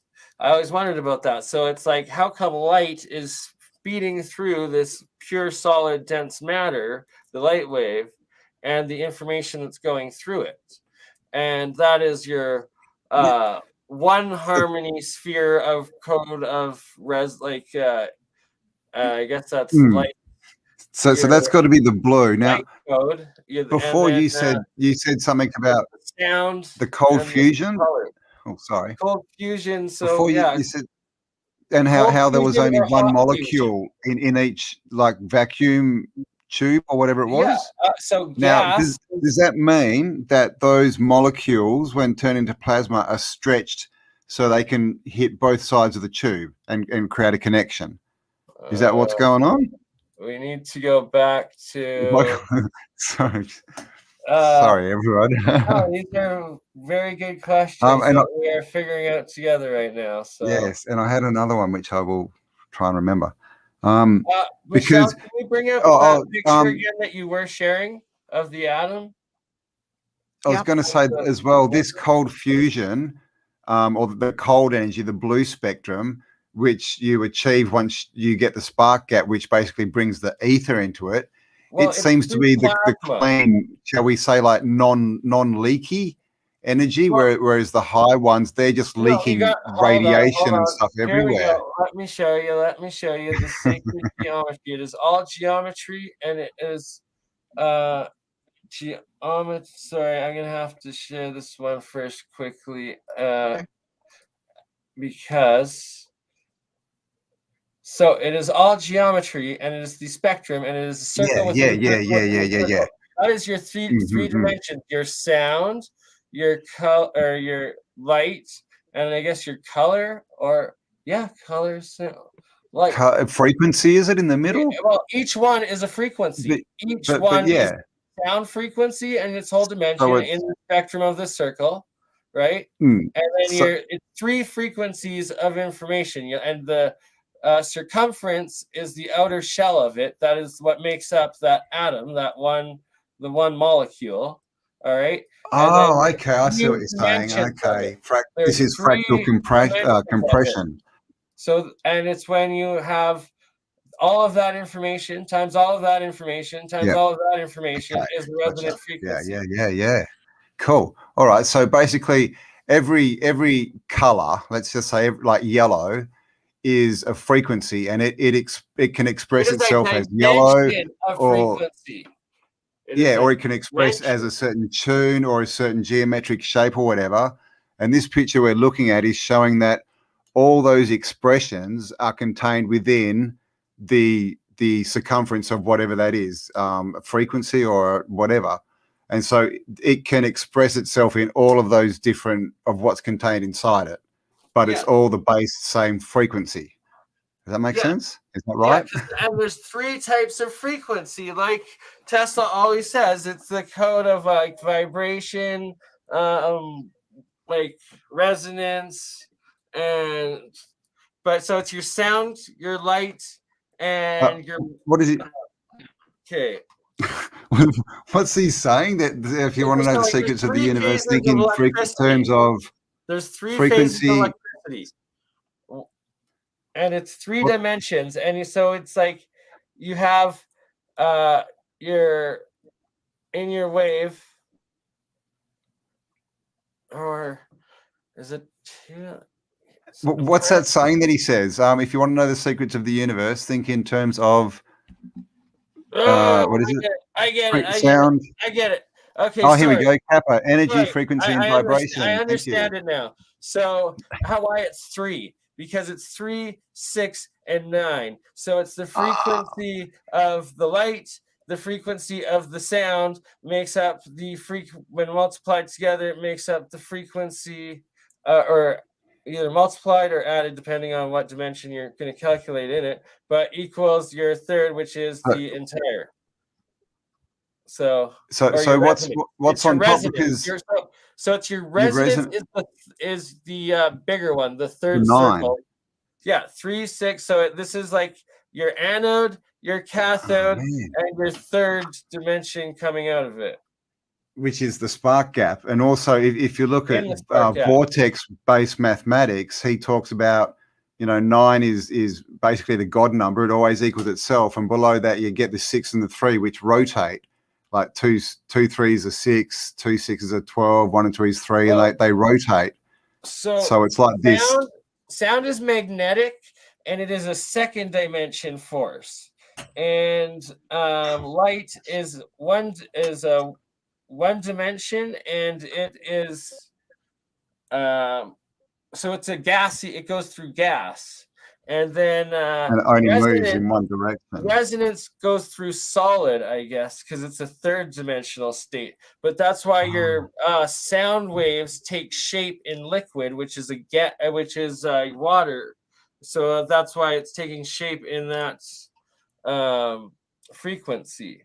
And it's when you're timesing different frequencies to get the waves of whether it's like in what spectrum of the color they are. It's also the actual physical size of them, and it's how they go through time. And has anyone tried that? Has anyone tried like putting color on water and seeing if they get a fractal or a geometric shape? Color is a density, and color, I guess, yes, color is a third dimensional. That's one of the aspects. It's solid. It's a 3-dimensional solid. Yes, well, when you look at it, light can only travel in a straight line. Music or sound can travel any direction. Exactly. And color can actually stay on things. It can travel anywhere, but it can actually mark things as well. Boom. So this is like you're going one way in the triangle. The first angle in the triangle, that is your light wave and anode frequency, and then that with the second one coming in is the cathode side frequency, and that is your sound or your liquid state frequency. So it's sound and magnetism. That is your magnetic frequency. And then those put together is the third, which is your resonant frequency. So that's one. So that's added together. So that's one side.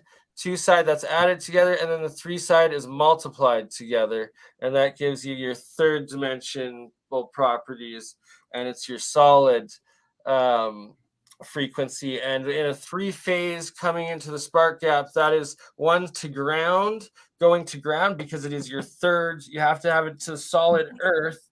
That is the third, how you get into the third dimension, and it's 1 going up into gas, connecting to gas, the radio wave that you have coming in frequency, going into that plasma tube, right? So here, I can explain this. Yeah, tell us, are we making sense, guys? So I'm following along, but yeah, let us know if you've got any questions. Well, we will begin to add. Should I say that? We'll get 1 billion. What's the answer? They want to know the answer, Bernie. It is whatever you make with it. It's transitioned through a medium. It tells me giants are the globalists. Oh, it's not. Oh, what are we going? Oh, everyone's talking. Yeah, water. I like Aaron. Oh. Even Ken from C60 Purple Power talks about people that never stop growing for hundreds of years. Oh, what are you guys talking about? Plasma technology. Well, I mean, and this is like we were talking about the motors. When you're running a motor off the wrong frequency, the reds and things, it wears the motor down. It basically creates entropy, and you lose most of the energy as well in radiant, radiation. And so same as our bodies, if we're running on the right frequency, clearly our bodies won't break down as quickly. We'll live a lot longer. We'll be healthier. So it's. I'm literally gonna take you to higher dimensional understanding of reality and science. What are you building there? Oh, I meant to mention too. I'm watching when we were talking about the monoatomic and adding DNA. That just means you touch it with your finger. It doesn't mean you have to cut bits off or anything. So when you see can you see like the light when it lights up like that? Yeah, do you want to can you make the picture big? You're still on small. If you stop, is that who's showing screen? We need both. Here we go.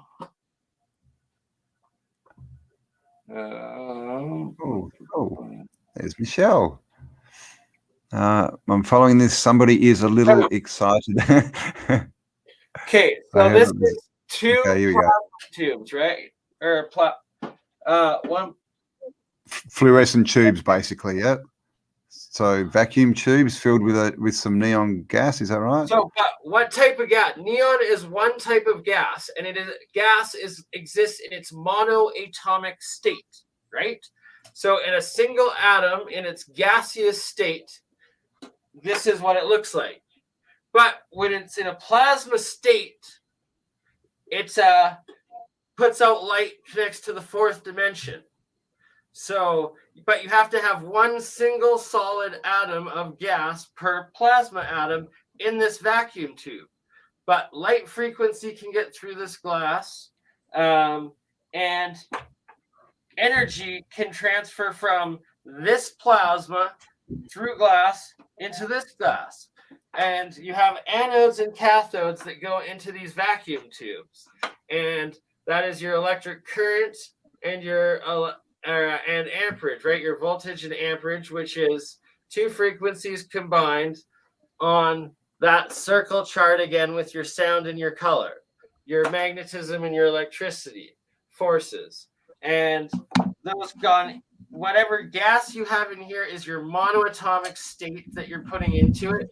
And then you're putting your two waves of light and sound frequency that is electricity. One is amperage, one is voltage, going through these as the current that goes through these. And a spark gap, right, in any circuit. So this is like, this is a spark gap that is sealed off with one type of atom. So it turns into a plasma state. Plasma, that's how you pull energy out of. So how to pull energy out of the ether is you have to have a room full of monoatomic single atom in the plasma state, because that's fourth state of matter, and then to get energy out of it, it's got to be lit up and activated with that frequency in it, but sealed off in this full dimension of so in that the tube's basically the spark gap, like you've got the anode cathode on the ends, and the tube is basically the gap, the spark gap, whole tube. Exactly. Yeah. And so everything that's within that whole area, its entire dimension, is resonating at the frequency of the anode cathode, like electrical sound current that you're putting into it, right?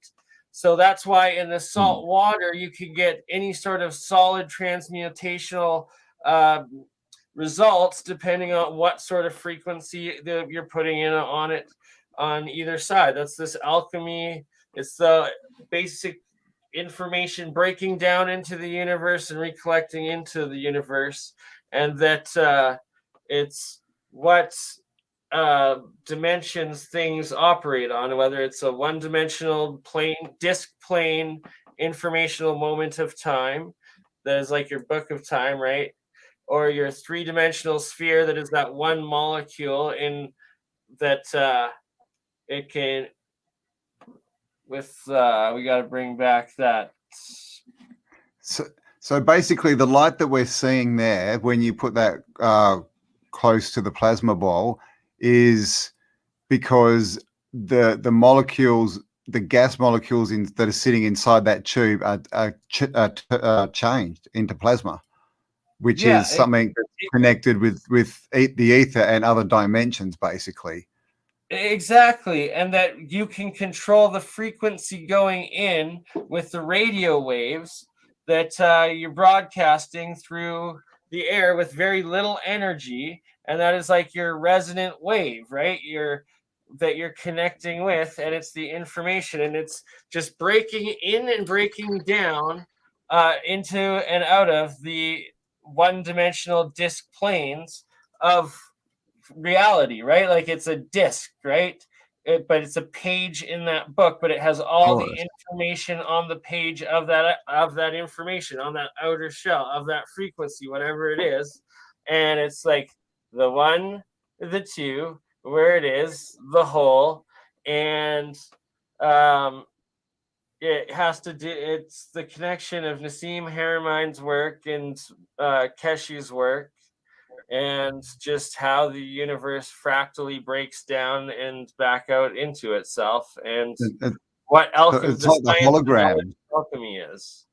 Every part of the whole is contained within each part. Exactly, and that's and plasma is the connection and the breakdown and the breakthrough into these higher dimensional, like crystal or God,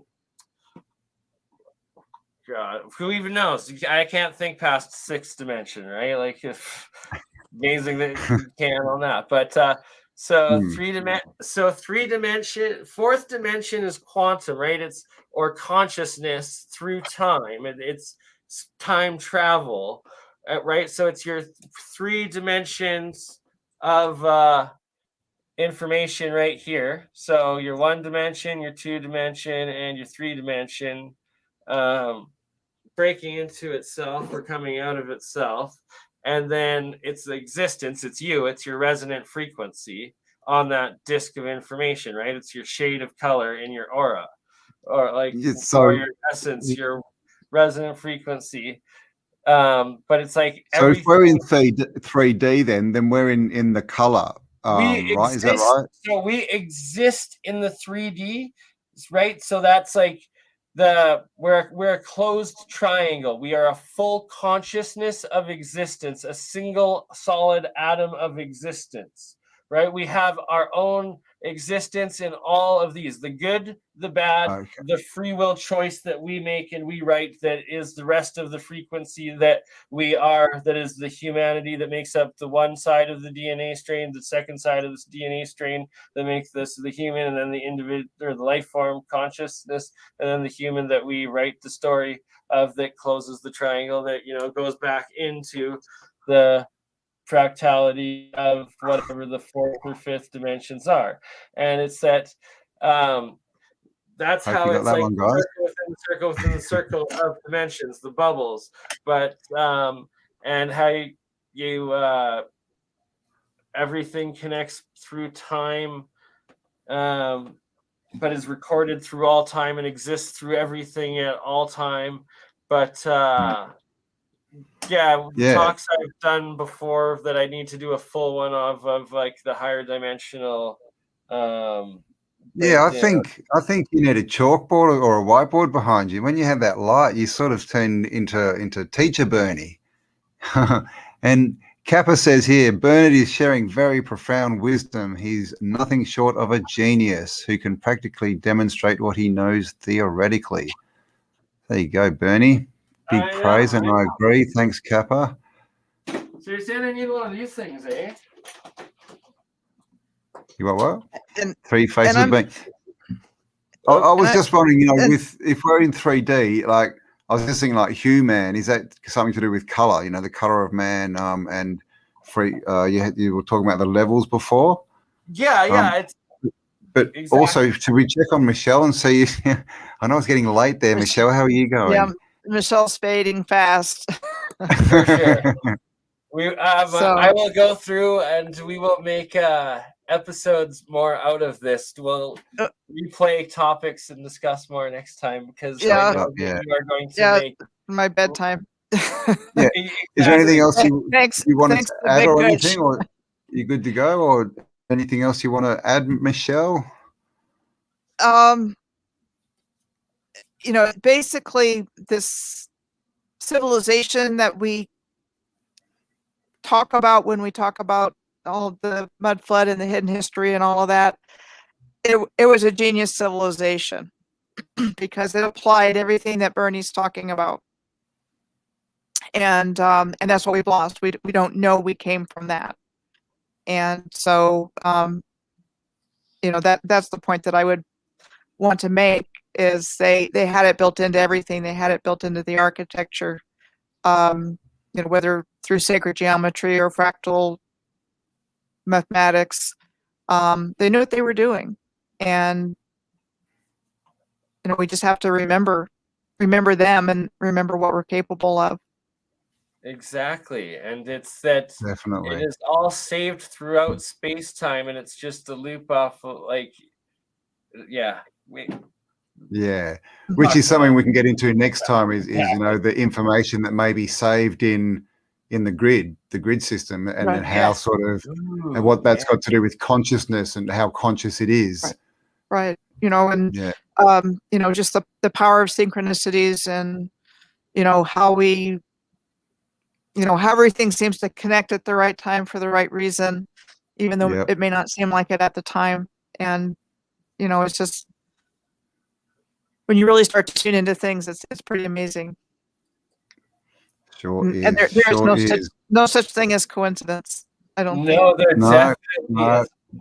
Go read the Celestine prophecies if you think there is. What are you doing? And that book actually got mailed to me by somebody. Right. And that was long before I woke up. That was I want to say it was in 1994. What was it? 80s, was it? Nice. Well, I received the book in 1994 from somebody that I would consider a mentor. And she mailed me the Celestine prophecies. I think she also mailed me Bringers of the Dawn, which is another interesting book. Yeah, and these were books that I'm reading this. I'm going, what? Because at that time it's like, well, this sounds interesting, but I don't know what the hell he's talking about. He's crazy. Something feels right, but I don't know what he's talking about. But that was a huge one because before that book basically introduced there is no coincidences. So it was a big one. So there you go. Actually, my funny story from that one was I had just moved to Alaska, and I read the book, and I don't know if you remember this or not, but the author talked about sending healing energy from your hands. Do you remember that? Yep. Okay. So I had just gone to where my uncle lived in Delta Junction, Alaska, and he had a greenhouse, and he had these little sickly looking tomato plants in the greenhouse. And so I just read this in the book. So I'm there going like that over the plants. And he comes back to me later, like within a day or two, and he said, "What did you do to my plants?" Because they got better. They got better, they did. Some of the plasma water. It's like, oh, well, I know. I've got the power. So I guess that was my first foray into like energy healing or something like that, which I know a lot more about now than I did in 94.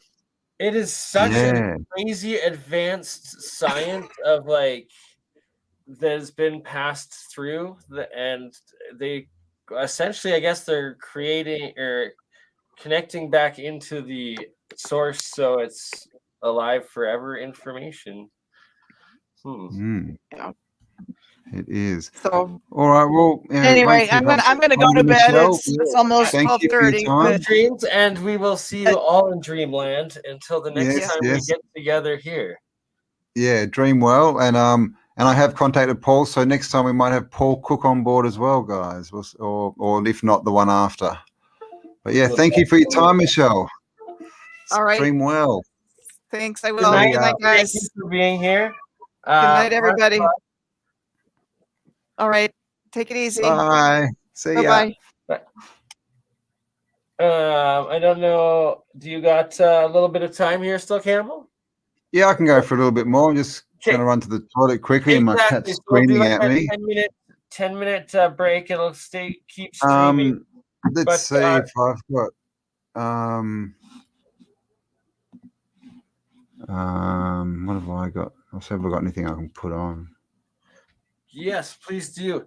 And my God, I know that like Michelle is going to just, especially with the atom waveguide in the cathedrals and the sound, and that so the sound in a piano, the organ coming out, that's your organ sound, resonant frequency of your organ sound, and going through that glass. Why is that glass pane the same symbol as that atom, single hydrogen atom, going through plasma dimensions, breaking into multiple dimensions, the shape of it as it breaks through the color sound of the produced by the organ going out, and it's blasted through the resonant frequency shape of the hydrogen atom, so it's breaking that sound coming out at the shape of the atomic monoatomic level that connects between your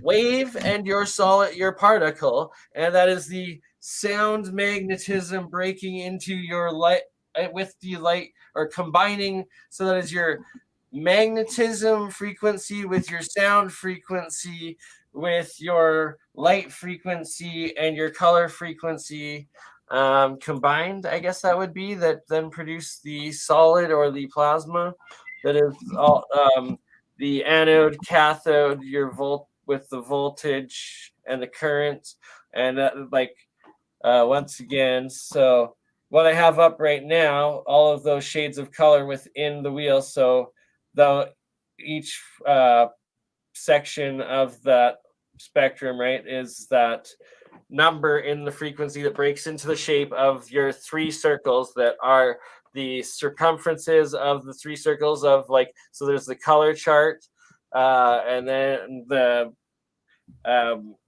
for what will then fractally break down the information that when you're putting it into the cold fusion reaction, or the radio frequency reaction into your radio waves through that go through the air, go through solid, go through outer space, and they're in the X-ray, this coming out of that fractal, right?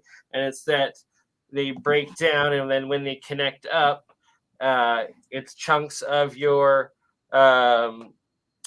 DNA that the three of them break down into your amino acid, and that is what is being produced in this electrolysis reaction. And it's just higher dimensional atomic color sound unified theory of everything mathematics that everybody knows. But Cambell, I will let you play a little something. We will be back in 10 minutes, and yes, there will be a little bit more. What have I got here? All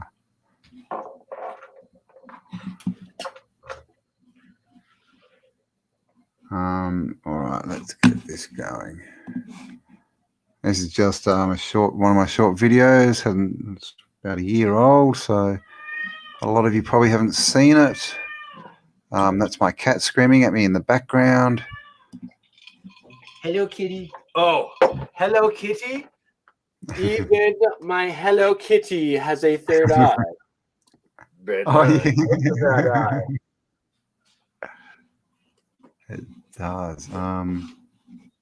Where that one? Okay. Is that right?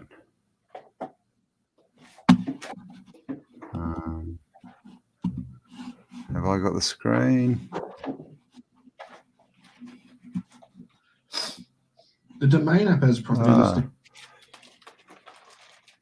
Is that screen up? No. Oh, Oh, there we go. Okay. All right, guys, back in 5. Oh, there we go.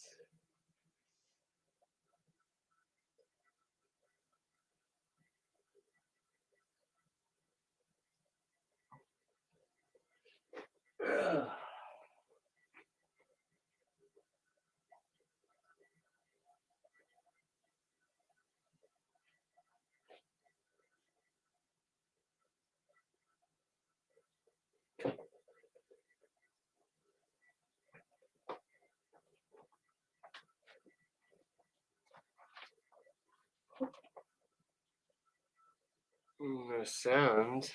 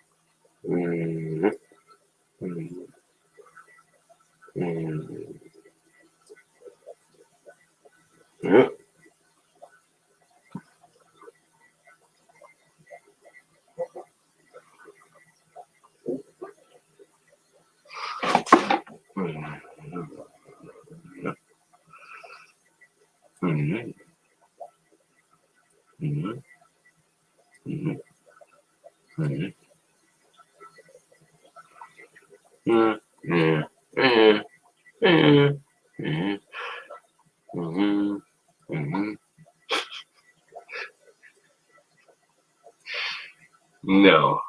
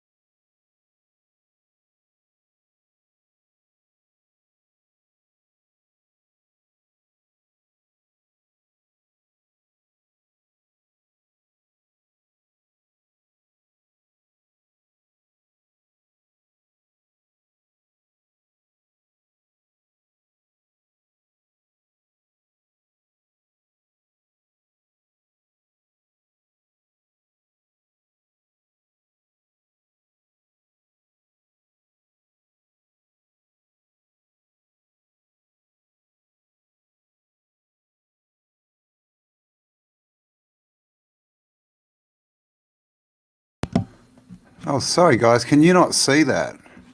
How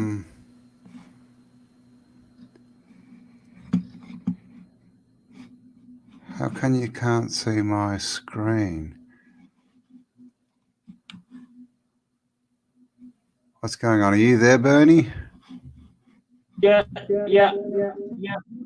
Oh, sorry. Did you take the screen over? Sorry. Okay, I'll stop mine.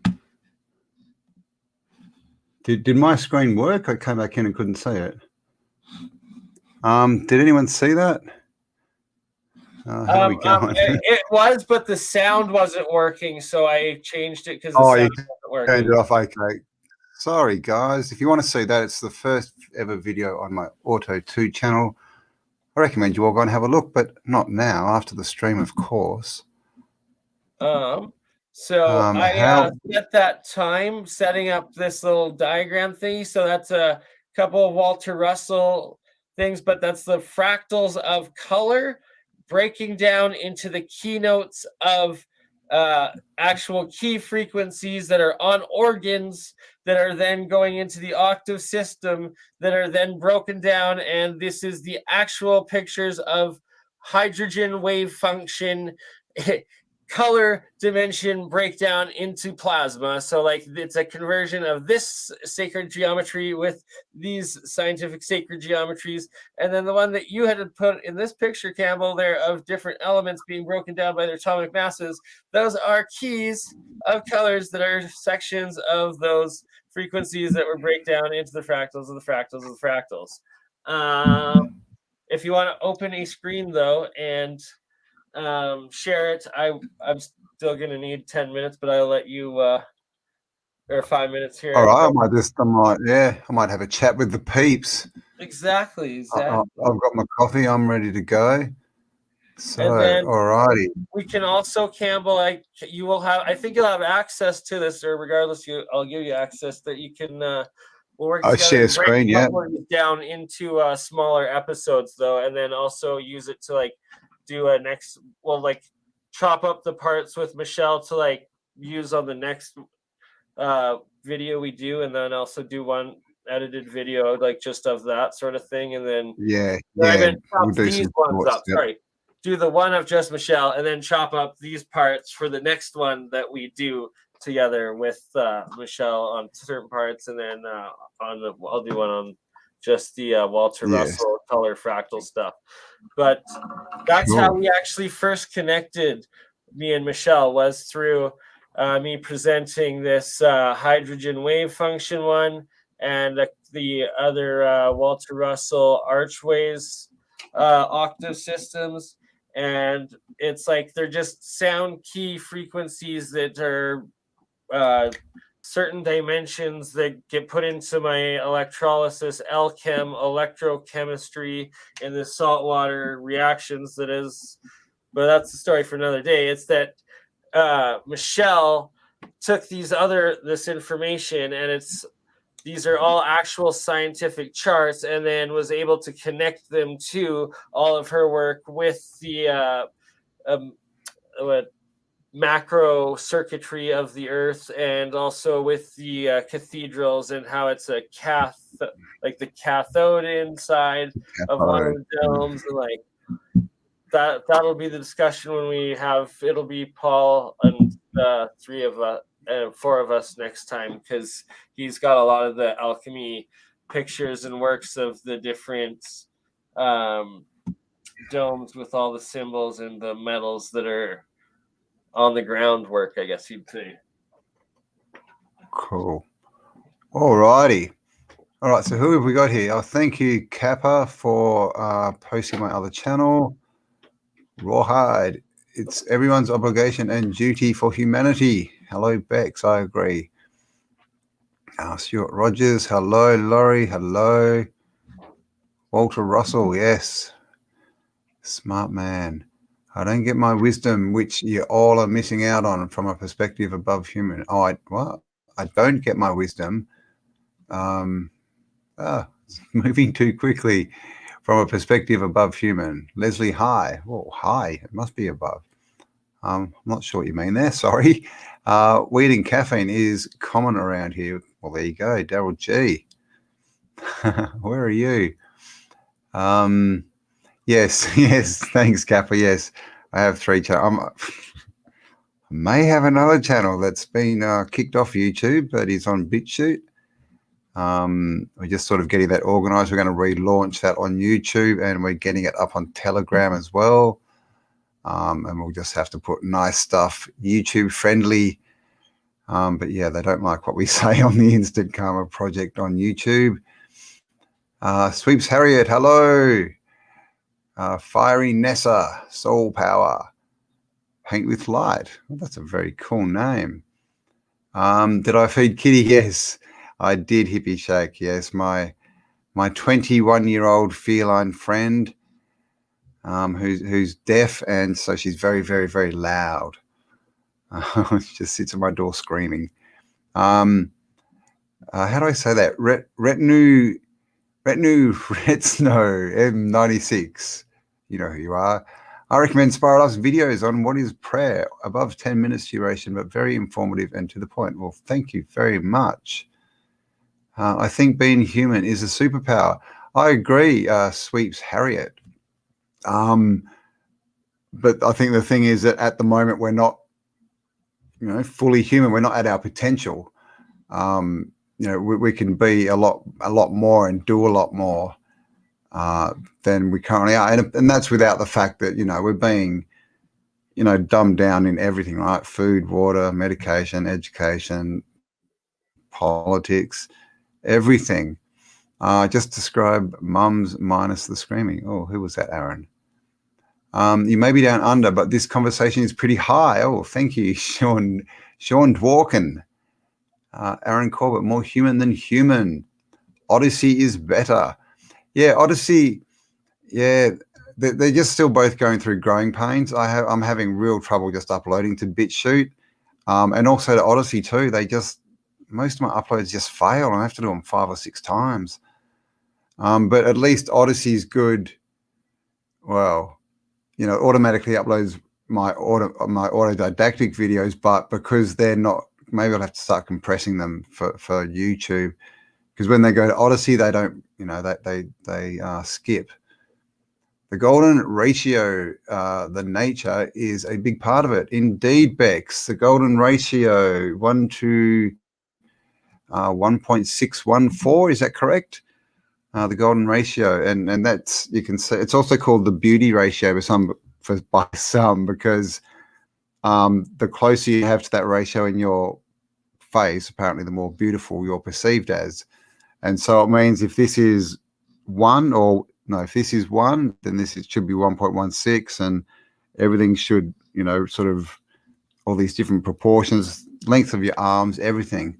And it's also Fibonacci, which is how trees grow, and they grow that way so that no branch ever grows on top of each other, so that they can always get the maximum sunlight. So yeah, it's all a blueprint. There's a blueprint to this place. There's a formula, which is of course what we're talking about. Mad Pie Man 3, 6, and 9. Yes. Rodin, Marco Rodin, and Vortex Maths is very interesting, especially if you're into numbers and the 3, 6, and 9. All other species, oops, where'd that go? Always trying to steal our lucky charm because of that. Oh, sorry, I'm getting in the middle of your conversation. In the dawn of the light, from the dark of the night, go deep within and know your light. Thank you, Tommy G Poetry. Well, there you go. I think you just proved your name correct. Very nice. Leslie refuses to be a limited human, and I agree. We should all. And I saw a video. Can't remember his surname. That guy from Canada, Chris, with the neck tat. And yeah, it was called The Most Important Word We Need to Know. And at the moment, it's no. It's a strong word. We can say no. We don't have to comply to anything. We're sovereign. We're the power. We're the ones that this creation was made. We're part of this creation. It has to be low quality, so they play on Odyssey. Yeah, yep. I know, Cal. I'm getting there. I need an offsider, man. There's a lot of work, especially when you got to upload to like 3 and 4 platforms, and you got to compress things and Oh yeah. Modern archive. My superpower is superpower. Campbell. No, I'm kidding. It's curiosity. Next agree, time we will also have this streaming to so it'll be like Michelle's as well as your Odyssey we can do. Odyssey, yep. We can set that up. And Yep, then, and Rumble as well. Rumble, I find at the moment is the best. Okay, it seems to have the most servers or something. Runs the smoothest, but yeah, we'll get that up. I've even got a Facebook page that. This is broadcasting to my Facebook right now. This is broadcasting to 2 of my Facebook channels right now. Oh, there you go. So I don't think I hardly get on Facebook, so I'm sorry to everyone who's because I got on and saw there was like 1 million messages the other day. And last time I went onto Facebook, I just lipped off and said I was gonna spit on some chick that is actually she's a community leader, but she's for the Black Lives Matter, and she's probably there's a rumor that she was putting a list together to get people banned that wanted to do a rave in the woods while it was still COVID or something like that. And literally I just said freaking spit on her if I saw her or something and it's I don't mean it at all. She's a super nice person, and then after that I saw something about the very, very legitimate cause that I spoke up in support of but it says all lives matter, and it's by the First Nations about all the new graves they found of the raped and tortured abused children and stuff that they found.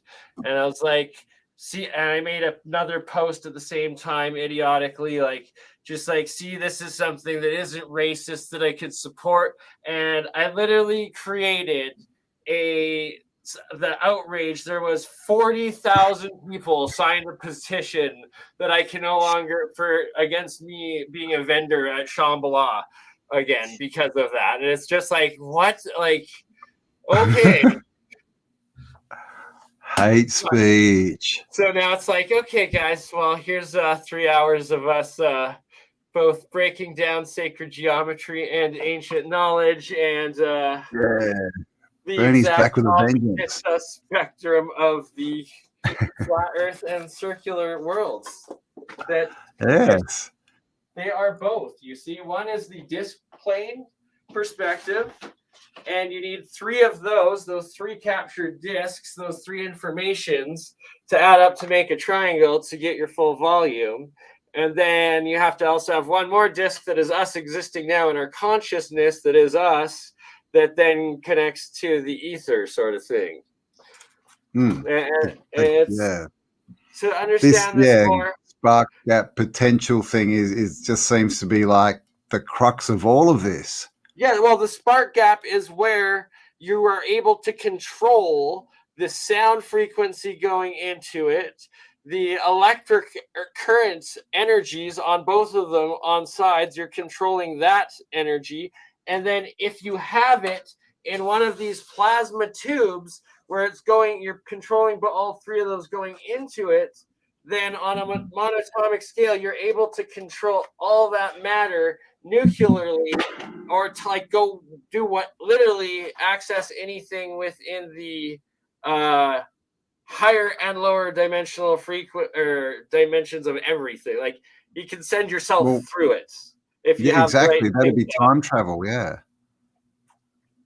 I mean, it's the same as what I talk about a lot in Spiral Up. Is I talk about the gap in thinking between the judgment of right or wrong. You need to build that gap in between so you can think. And it's the same concept. It's the same, everything's the same, isn't it? It's just everything's just one. And I mean, and that's the biggest thing they use against us. They try and split everything up and say, no, it's all different. It's all different, but it's not really. Is to destroy that. Any chance of anyone figuring it out? Indeed. And thank you, Hippie Shake, who says, congratulations on my new channel collaboration with UAP. And that's, I forgot, I might have another channel, which is called Alt World Research. If you haven't checked that out, go and check it out. I'll have to put a link somewhere on my channel. I see that. That is some good stuff there. You got. Yeah, thank you. Yeah. Trying to get some good hard factual evidence out there, and yeah, sort of get back to basics a bit. He does really good work with that, man. Like he does. He did all the editing. I can't put my hand up for that. He did all the music. He's just one of those guys who's pretty much split. Like his breakdown of like the silver pictures and like the micro pictures, and then the processors and the what's it called, the little tiny chip thingies, and like that they're in the silver picture, like can't think of all the words right now, but his episode on the origins of film, and then the different how do you do film imprints that create computer tiny processor, what's the frick, there's the transistors, micro transistors. Because he's a mechanical engineer. He's like fully qualified. I know. Like, that's what I'm saying. Like, I love his work. Like, really good shit. Yeah, but he's also so creative. Like, he just does these videos that he just full on art. They're basically just art, and it's like, so he's really balanced. He's, you know, which is why he's obviously so awesome. You know, if you haven't heard of UAP, you must go and check him out. Dougie, our friend Douglas. He is an unidentified aerial phenomenon for sure. He is, yeah. So, you know, if you see something flying through the air, checking out old buildings and giving a mechanical engineer sort of review on them, it could be Douglas, the UAP. And it's thank you, Callum. Callum just posted the link for F1 to everyone. Thank you, Callum. Oh, and also I was going to say, Verni, that little plasma chamber that you got there coming out of a beer bottle, you obviously built that? No, this is actually my Polish friend brought it over to me from Poland when he brought it himself from Poland, but then gave it to me because he's like, Verni, I just, as amazing as this thing is that I owned, it's just you. It needs to be with you. I hate myself. But here you go. And I was like, thank you, Jakob. Nice. So how easy is something like that to make? Well, it's like any like plasma ball that you can get at like Spencer's or anything. So it's a Tesla coil going up into it, and then it is a vacuum or gas chamber sort of thing. So there's actual gas in here. It's no different than one of these vacuum tubes, but why there's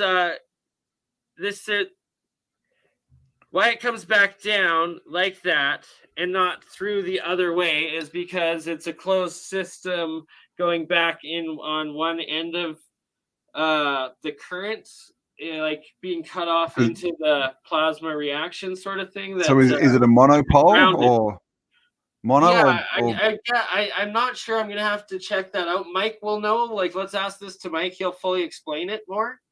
But it's that get Mike to make one. So in these fluorescent bulb tubes, and that Walter Russell got his is known. It's recorded with whatever company it was. He worked with Tesla there, the big electric one that has Tesla's patent still. He was getting all these cold fusion transmutations in the early 1900s. And why? Like General Electric, wasn't it? Sorry. Yeah. Or something House, maybe. Westinghouse, was it? It was Westinghouse. Yeah. I think they're the ones that have Walter Russell's original work still in vault of all the pure like cold fusion, real transmutation, but you're changing atom per atom of mass, atomic mass, whatever is in this tube into one solid state of mass fusion by this cold fusion process, and it's the same within the seawater on what you're producing on this transmutation processes. And it's that when you have something in a plasma state, that fourth dimension matter, that is then activated with your the resonant frequency of the plasma connection, or that extra dimension of DNA into plasma, or just if whatever your intent is, to whatever level of insane future space technology that you want to reproduce, but to the simple mathematical states of ancient alchemy. And literally, if the three symbol or charts here that are actual, one is of real pictures of plasma, of hydrogen, like one full purest of monoatomic elements, of all elements.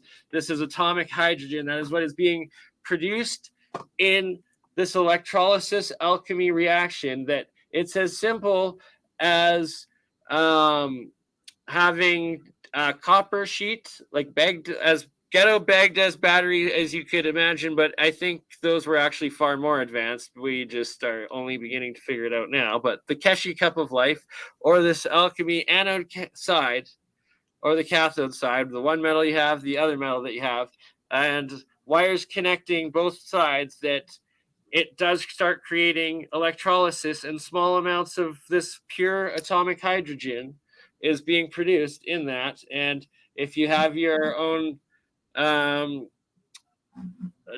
in there, it's going to be producing yours too. It's a little bit slower. Or if you put a small current to it, you have this little tiny jar.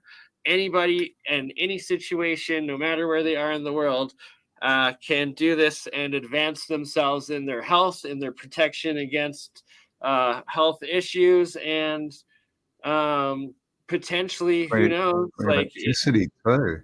Oh, exactly. And that's why I started researching the Keshi and doing the experiments myself. And I encourage everybody to watch the YouTube videos, because there's literally millions of people doing it throughout Africa, throughout Asia, and throughout all parts of the world. Like they have there's a Keshi foundation, constant knowledge seekers lessons going on in every single language every week. And it's like, just do the work yourself. It's so simple, but like it's so much more too, because his cup of life is also the same Baghdad battery, but not nearly as advanced, or like the Sumerian, the Egyptian, the everything else. And this crazy ancient language, the pictographic language of alchemy and alchemy symbols. It's like, it is the God code, but like,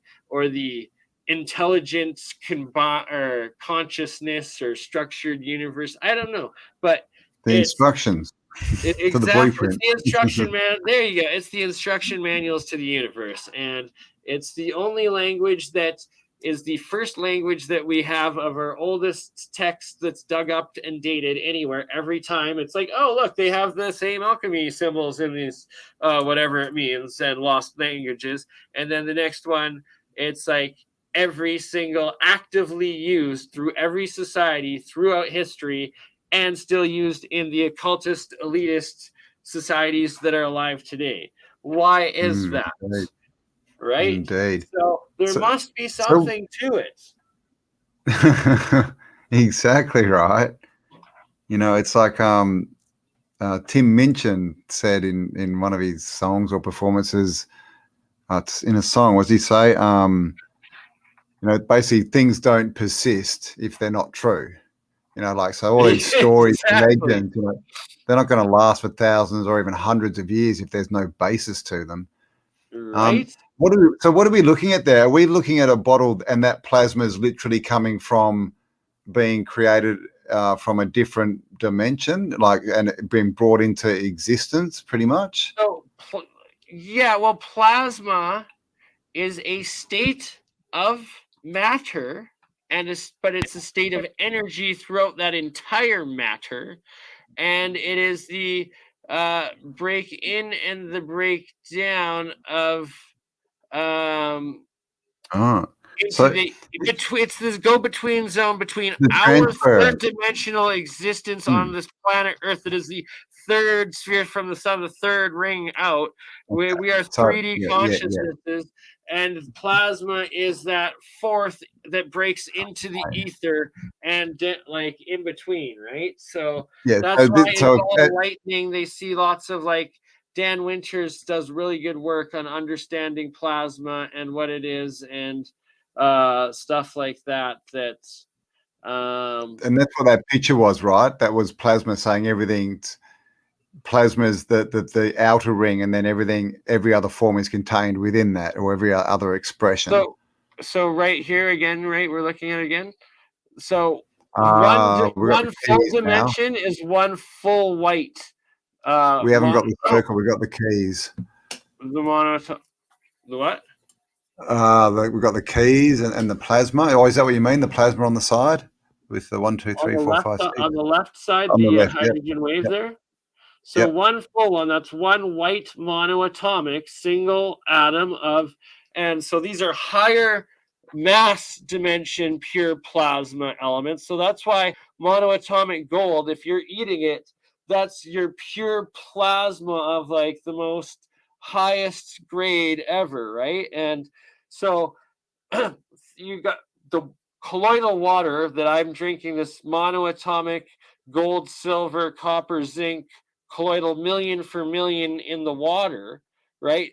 That what I have now is a million per million per million plasma gold mass per mass energy you're entering in when you're ingesting pure monoatomic gold, as opposed to water that is 2 of those triangle plasma like water frequencies and then the 1 of the gold. And we lost Campbell. So right here, the 1 and the 2 and the 3. It's like it's higher dimensional mathematics of understanding color, sound, magnetism, light, and the ancients understood it. Walter Russell, Tesla understood it. Sorry, dropped out of it. All good. The thing is like Walter Russell, Tesla, like all of them from that generation, the really brilliant ones, they all understood this. Like the more I go through of Walter Russell stuff time and time again, it's like this is the code of the universe. You just have to understand it, or if you are seeing it, understanding what it's saying but not accepting it, well, you got to get over yourself and your own spiritual consciousness and cognitive dissonance and move on, right? It's like, but people that with metaphysics as well, it's like that's higher dimensional physics, and if you're understanding all of the physics of it that it's saying and just can't believe it's true because you yourself can't accept it, that like you're failing at karma, you're failing at life, and you need to stop and pause, or I won't see you next time, but a lot of other sheeple will. So but yeah, so this one right and this here, is the thing about compartmentalism too, isn't it? It's like there's no holistic, is that what we call it, sort of science people anymore. They're all compartmentalized into one little whole, so they don't see the big picture, so they don't make the connections. So when people say, oh, that wouldn't work, well, of course, because they don't have the information saying, what do you mean? Of course it works. Look at all the connections. Exactly. And so you have all these, so-called educated people running around thinking that they're telling truth, and they're just spreading crap. Right? You don't nailed see it. properly. That's how I had someone like prescribing me fucking 1880 milligram opiate death pills a day. That was my most trusted medical professional that, has authority over you because they've done 8 years of paid ridiculous amounts of money to whatever, thought they knew what they were doing and made me a heroin addict times 10 because it was synthesized and that much stronger, and I should have been dead, but I only ate it, and thank God I never did too much, even though that was far too much. And I've been off of it for 2.5 years. If you go through heroin and come out the other side, it's the hero in, right? Yeah, it's like, thank God I only ever ate it in pill form, though. And yeah, because you actually get addicted to the physical prick. Yeah, right. And I've never done that, and thank God. And that's putting into your plasma stream a pure substance. That substance.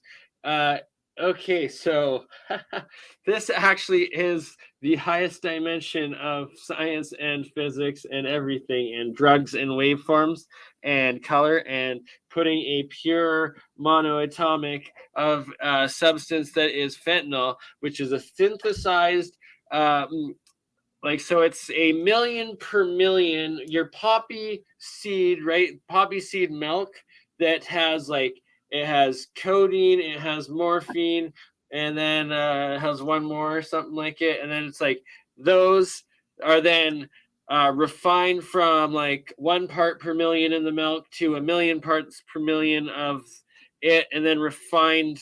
But that's in the solids, right? So it's really only 1 million or one of these colloidal sort of things, one dissolved per million, and then 2 gaps missing, right? And then it's you're taking the natural form that is 1 in a million of a million of a million that you're putting into you, and from that would be smoking weed, and then by injecting heroin into your blood, that's 1 million of a million, or sorry, not heroin would probably be 10,000 of a million and a million and a million into your blood. Okay. Fentanyl is 1 million, 1 million, 1 million into your blood. It's ridiculous. That's why. Yeah. Exactly. Yeah. It is. I don't think there'd be any coming back from that. And Walking Axel. Hello, Walking Axel. No. Yes, ketamine has travel effects. I know which one am I? I've seen that cartoon. Psychedelics are how you get your consciousness sideways, and you shift realities, or you shift in and out into the what do they call it in Stranger Things? The upside down. But that's where the 1D plane comes in, is because it's your conscious disc. This is your consciousness, and then your go sideways into the ether, and that's how you connect in and out. And it's how the astral projectors do it. It's how I've heard that you can sideways, don't go up or down. When you're on ley lines, these energy lines of consciousness, that's exponentially taking it up, right?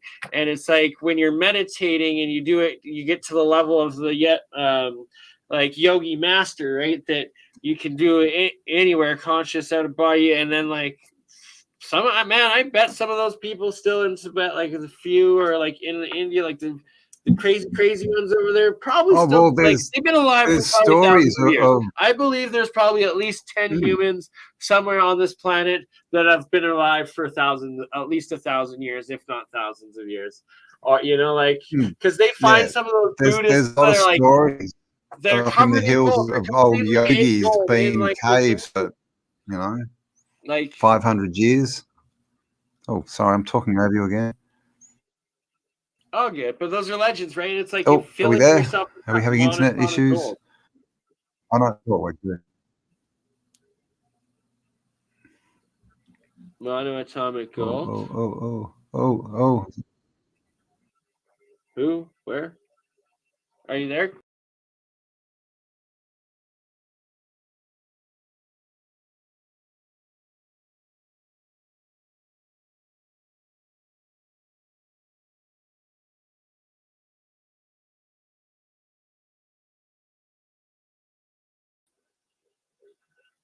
We're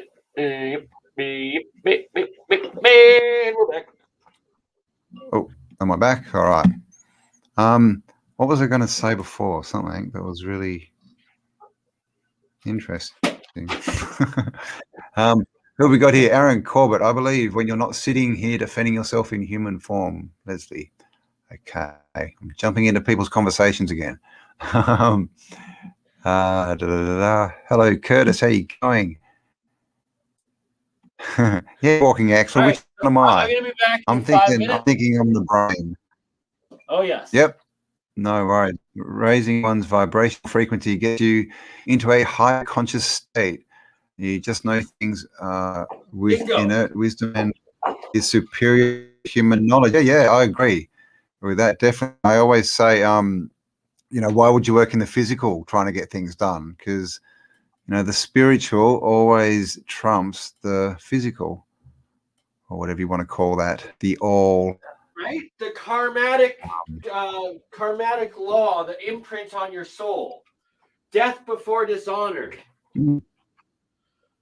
Yeah, exactly. Because, and this is the other thing, is death. Like they twist everything. I mean, it's a good thing to soul is immortal. Think about what you think death is. Is it a exactly like? Yeah, right. That one. I don't think we died.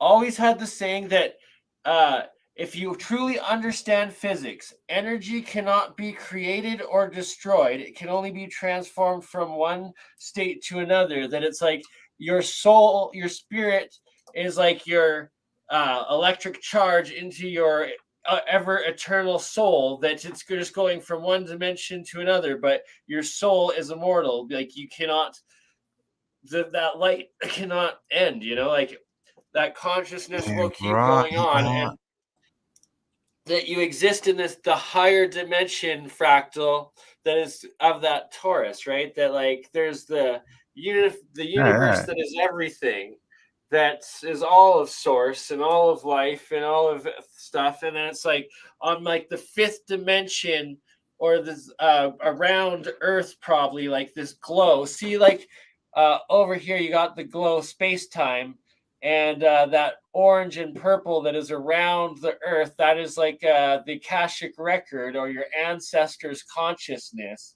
and that you're connecting back in, and you can connect to source, that is the ground, that is Gaia, or you can connect to above, that is the collective consciousness, that is the Akashic records, that is the everything.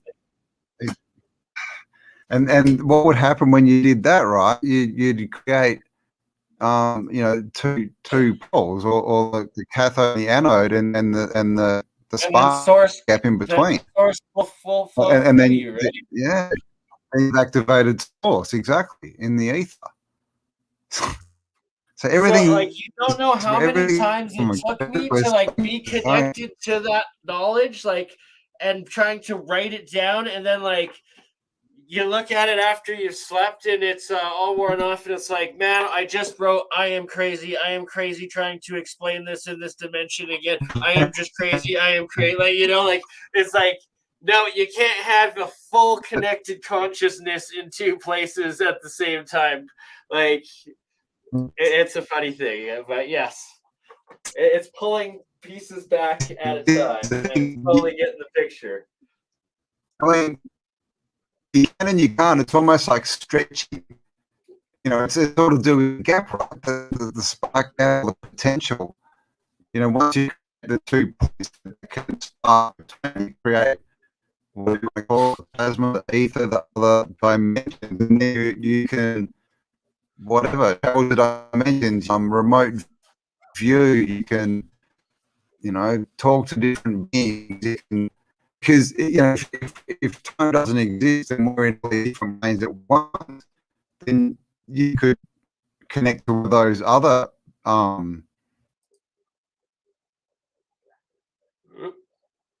He will be right back. Good thing I didn't leave yet for my smoke break. I will leave once Campbell does return. There he is. Device is not connected. They will need to connect their mic cam beforehand. All right, 1 more second for the Campbell. So the toroid in the top left corner there that is now exposed, that is the rodent coil 3-phase, and that is a resonant frequency like your antenna to the ground from atmosphere into the ground Gaia. And then it is your anode voltage and your cathode current. So that is the 3 codes, and it's the red, blue, green. That is why it is those 3 colors, because that is the 3 frequencies. That is your 3, 6, and 9. Your 3, 9. Oh yeah, I just figured that out. So it's a red. Red is hot. Ooh, blue, cold. Green would be your 6, and then your hot is your 9. There we go. 3, 6, 9. It is the 3, the 6, and the 9. That is boom, boom, boom, going through the donut torus. And that's how that color spectrum equals that color spectrum. It's amazing. Oh, that is some higher dimensional, fully understanding the everything. And as I was mumbling that out loud, I probably sounded crazy because I was talking to myself. But anywho, we will have Cambell back in a second.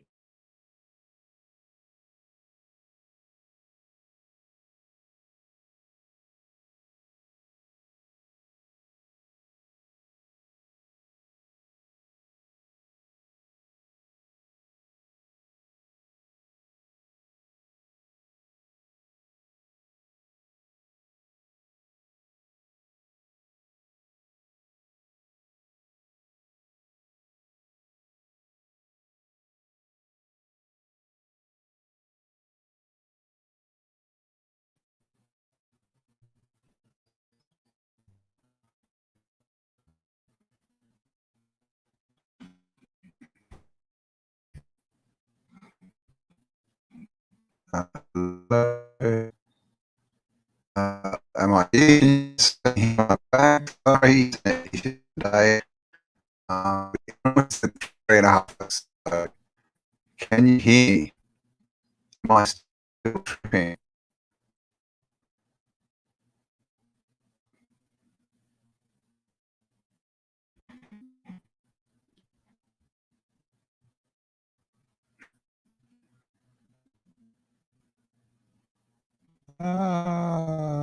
I'm muted. For next time, or do you anyone? Ethernet cord that you can plug into your actual router for next time, or no? Too far away from where you are. Hello. Hello.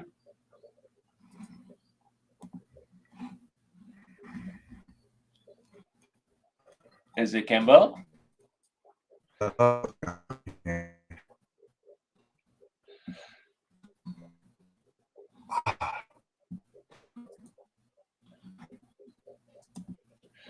Red, blue, yeah. So it's why you have the red, blue, green spectrum. That has to do with fiber optics and your 3 frequencies, your 3, 6, and 9 in your vortex mathematics. It's your 3-phase current, and it's your red hot, which is 1 frequency going through the ground Am to I the. back yet? Yes, you are. Okay. You're back. Bip, bip. Bip, bip, bip. Bip. Bip, bip. Bip. Bip. Okay.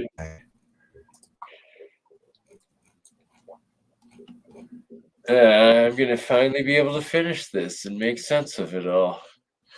3 codes breaking down into the overall frequency. It all makes sense. It all makes sense.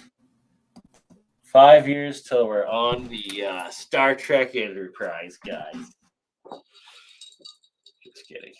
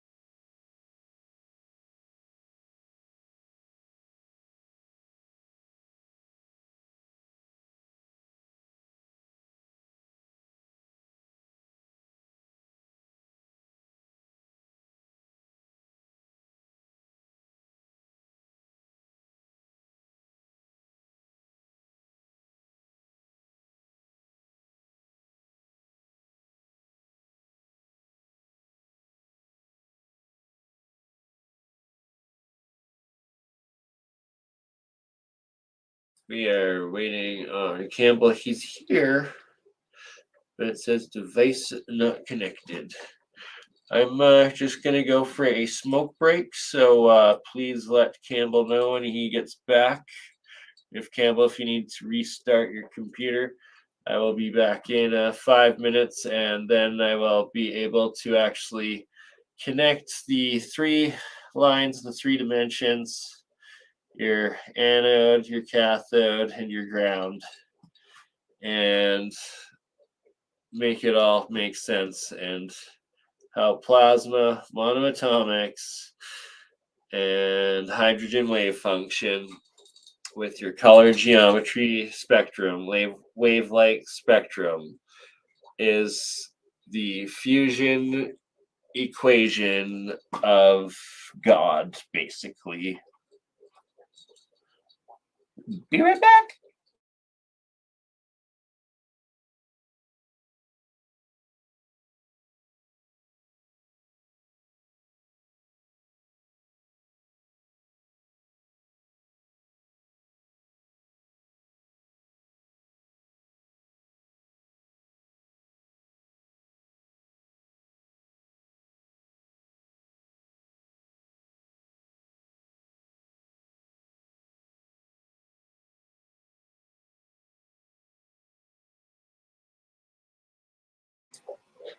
All right. Well, I am going to do a 10-minute break, and then I am going to come back, and I am going to sum up a few things so that Campbell will be able to edit some of the nonsenseness out of, well, this all out of nowhere and into something that is tangible and will make sense to everybody everywhere one day. Hopefully.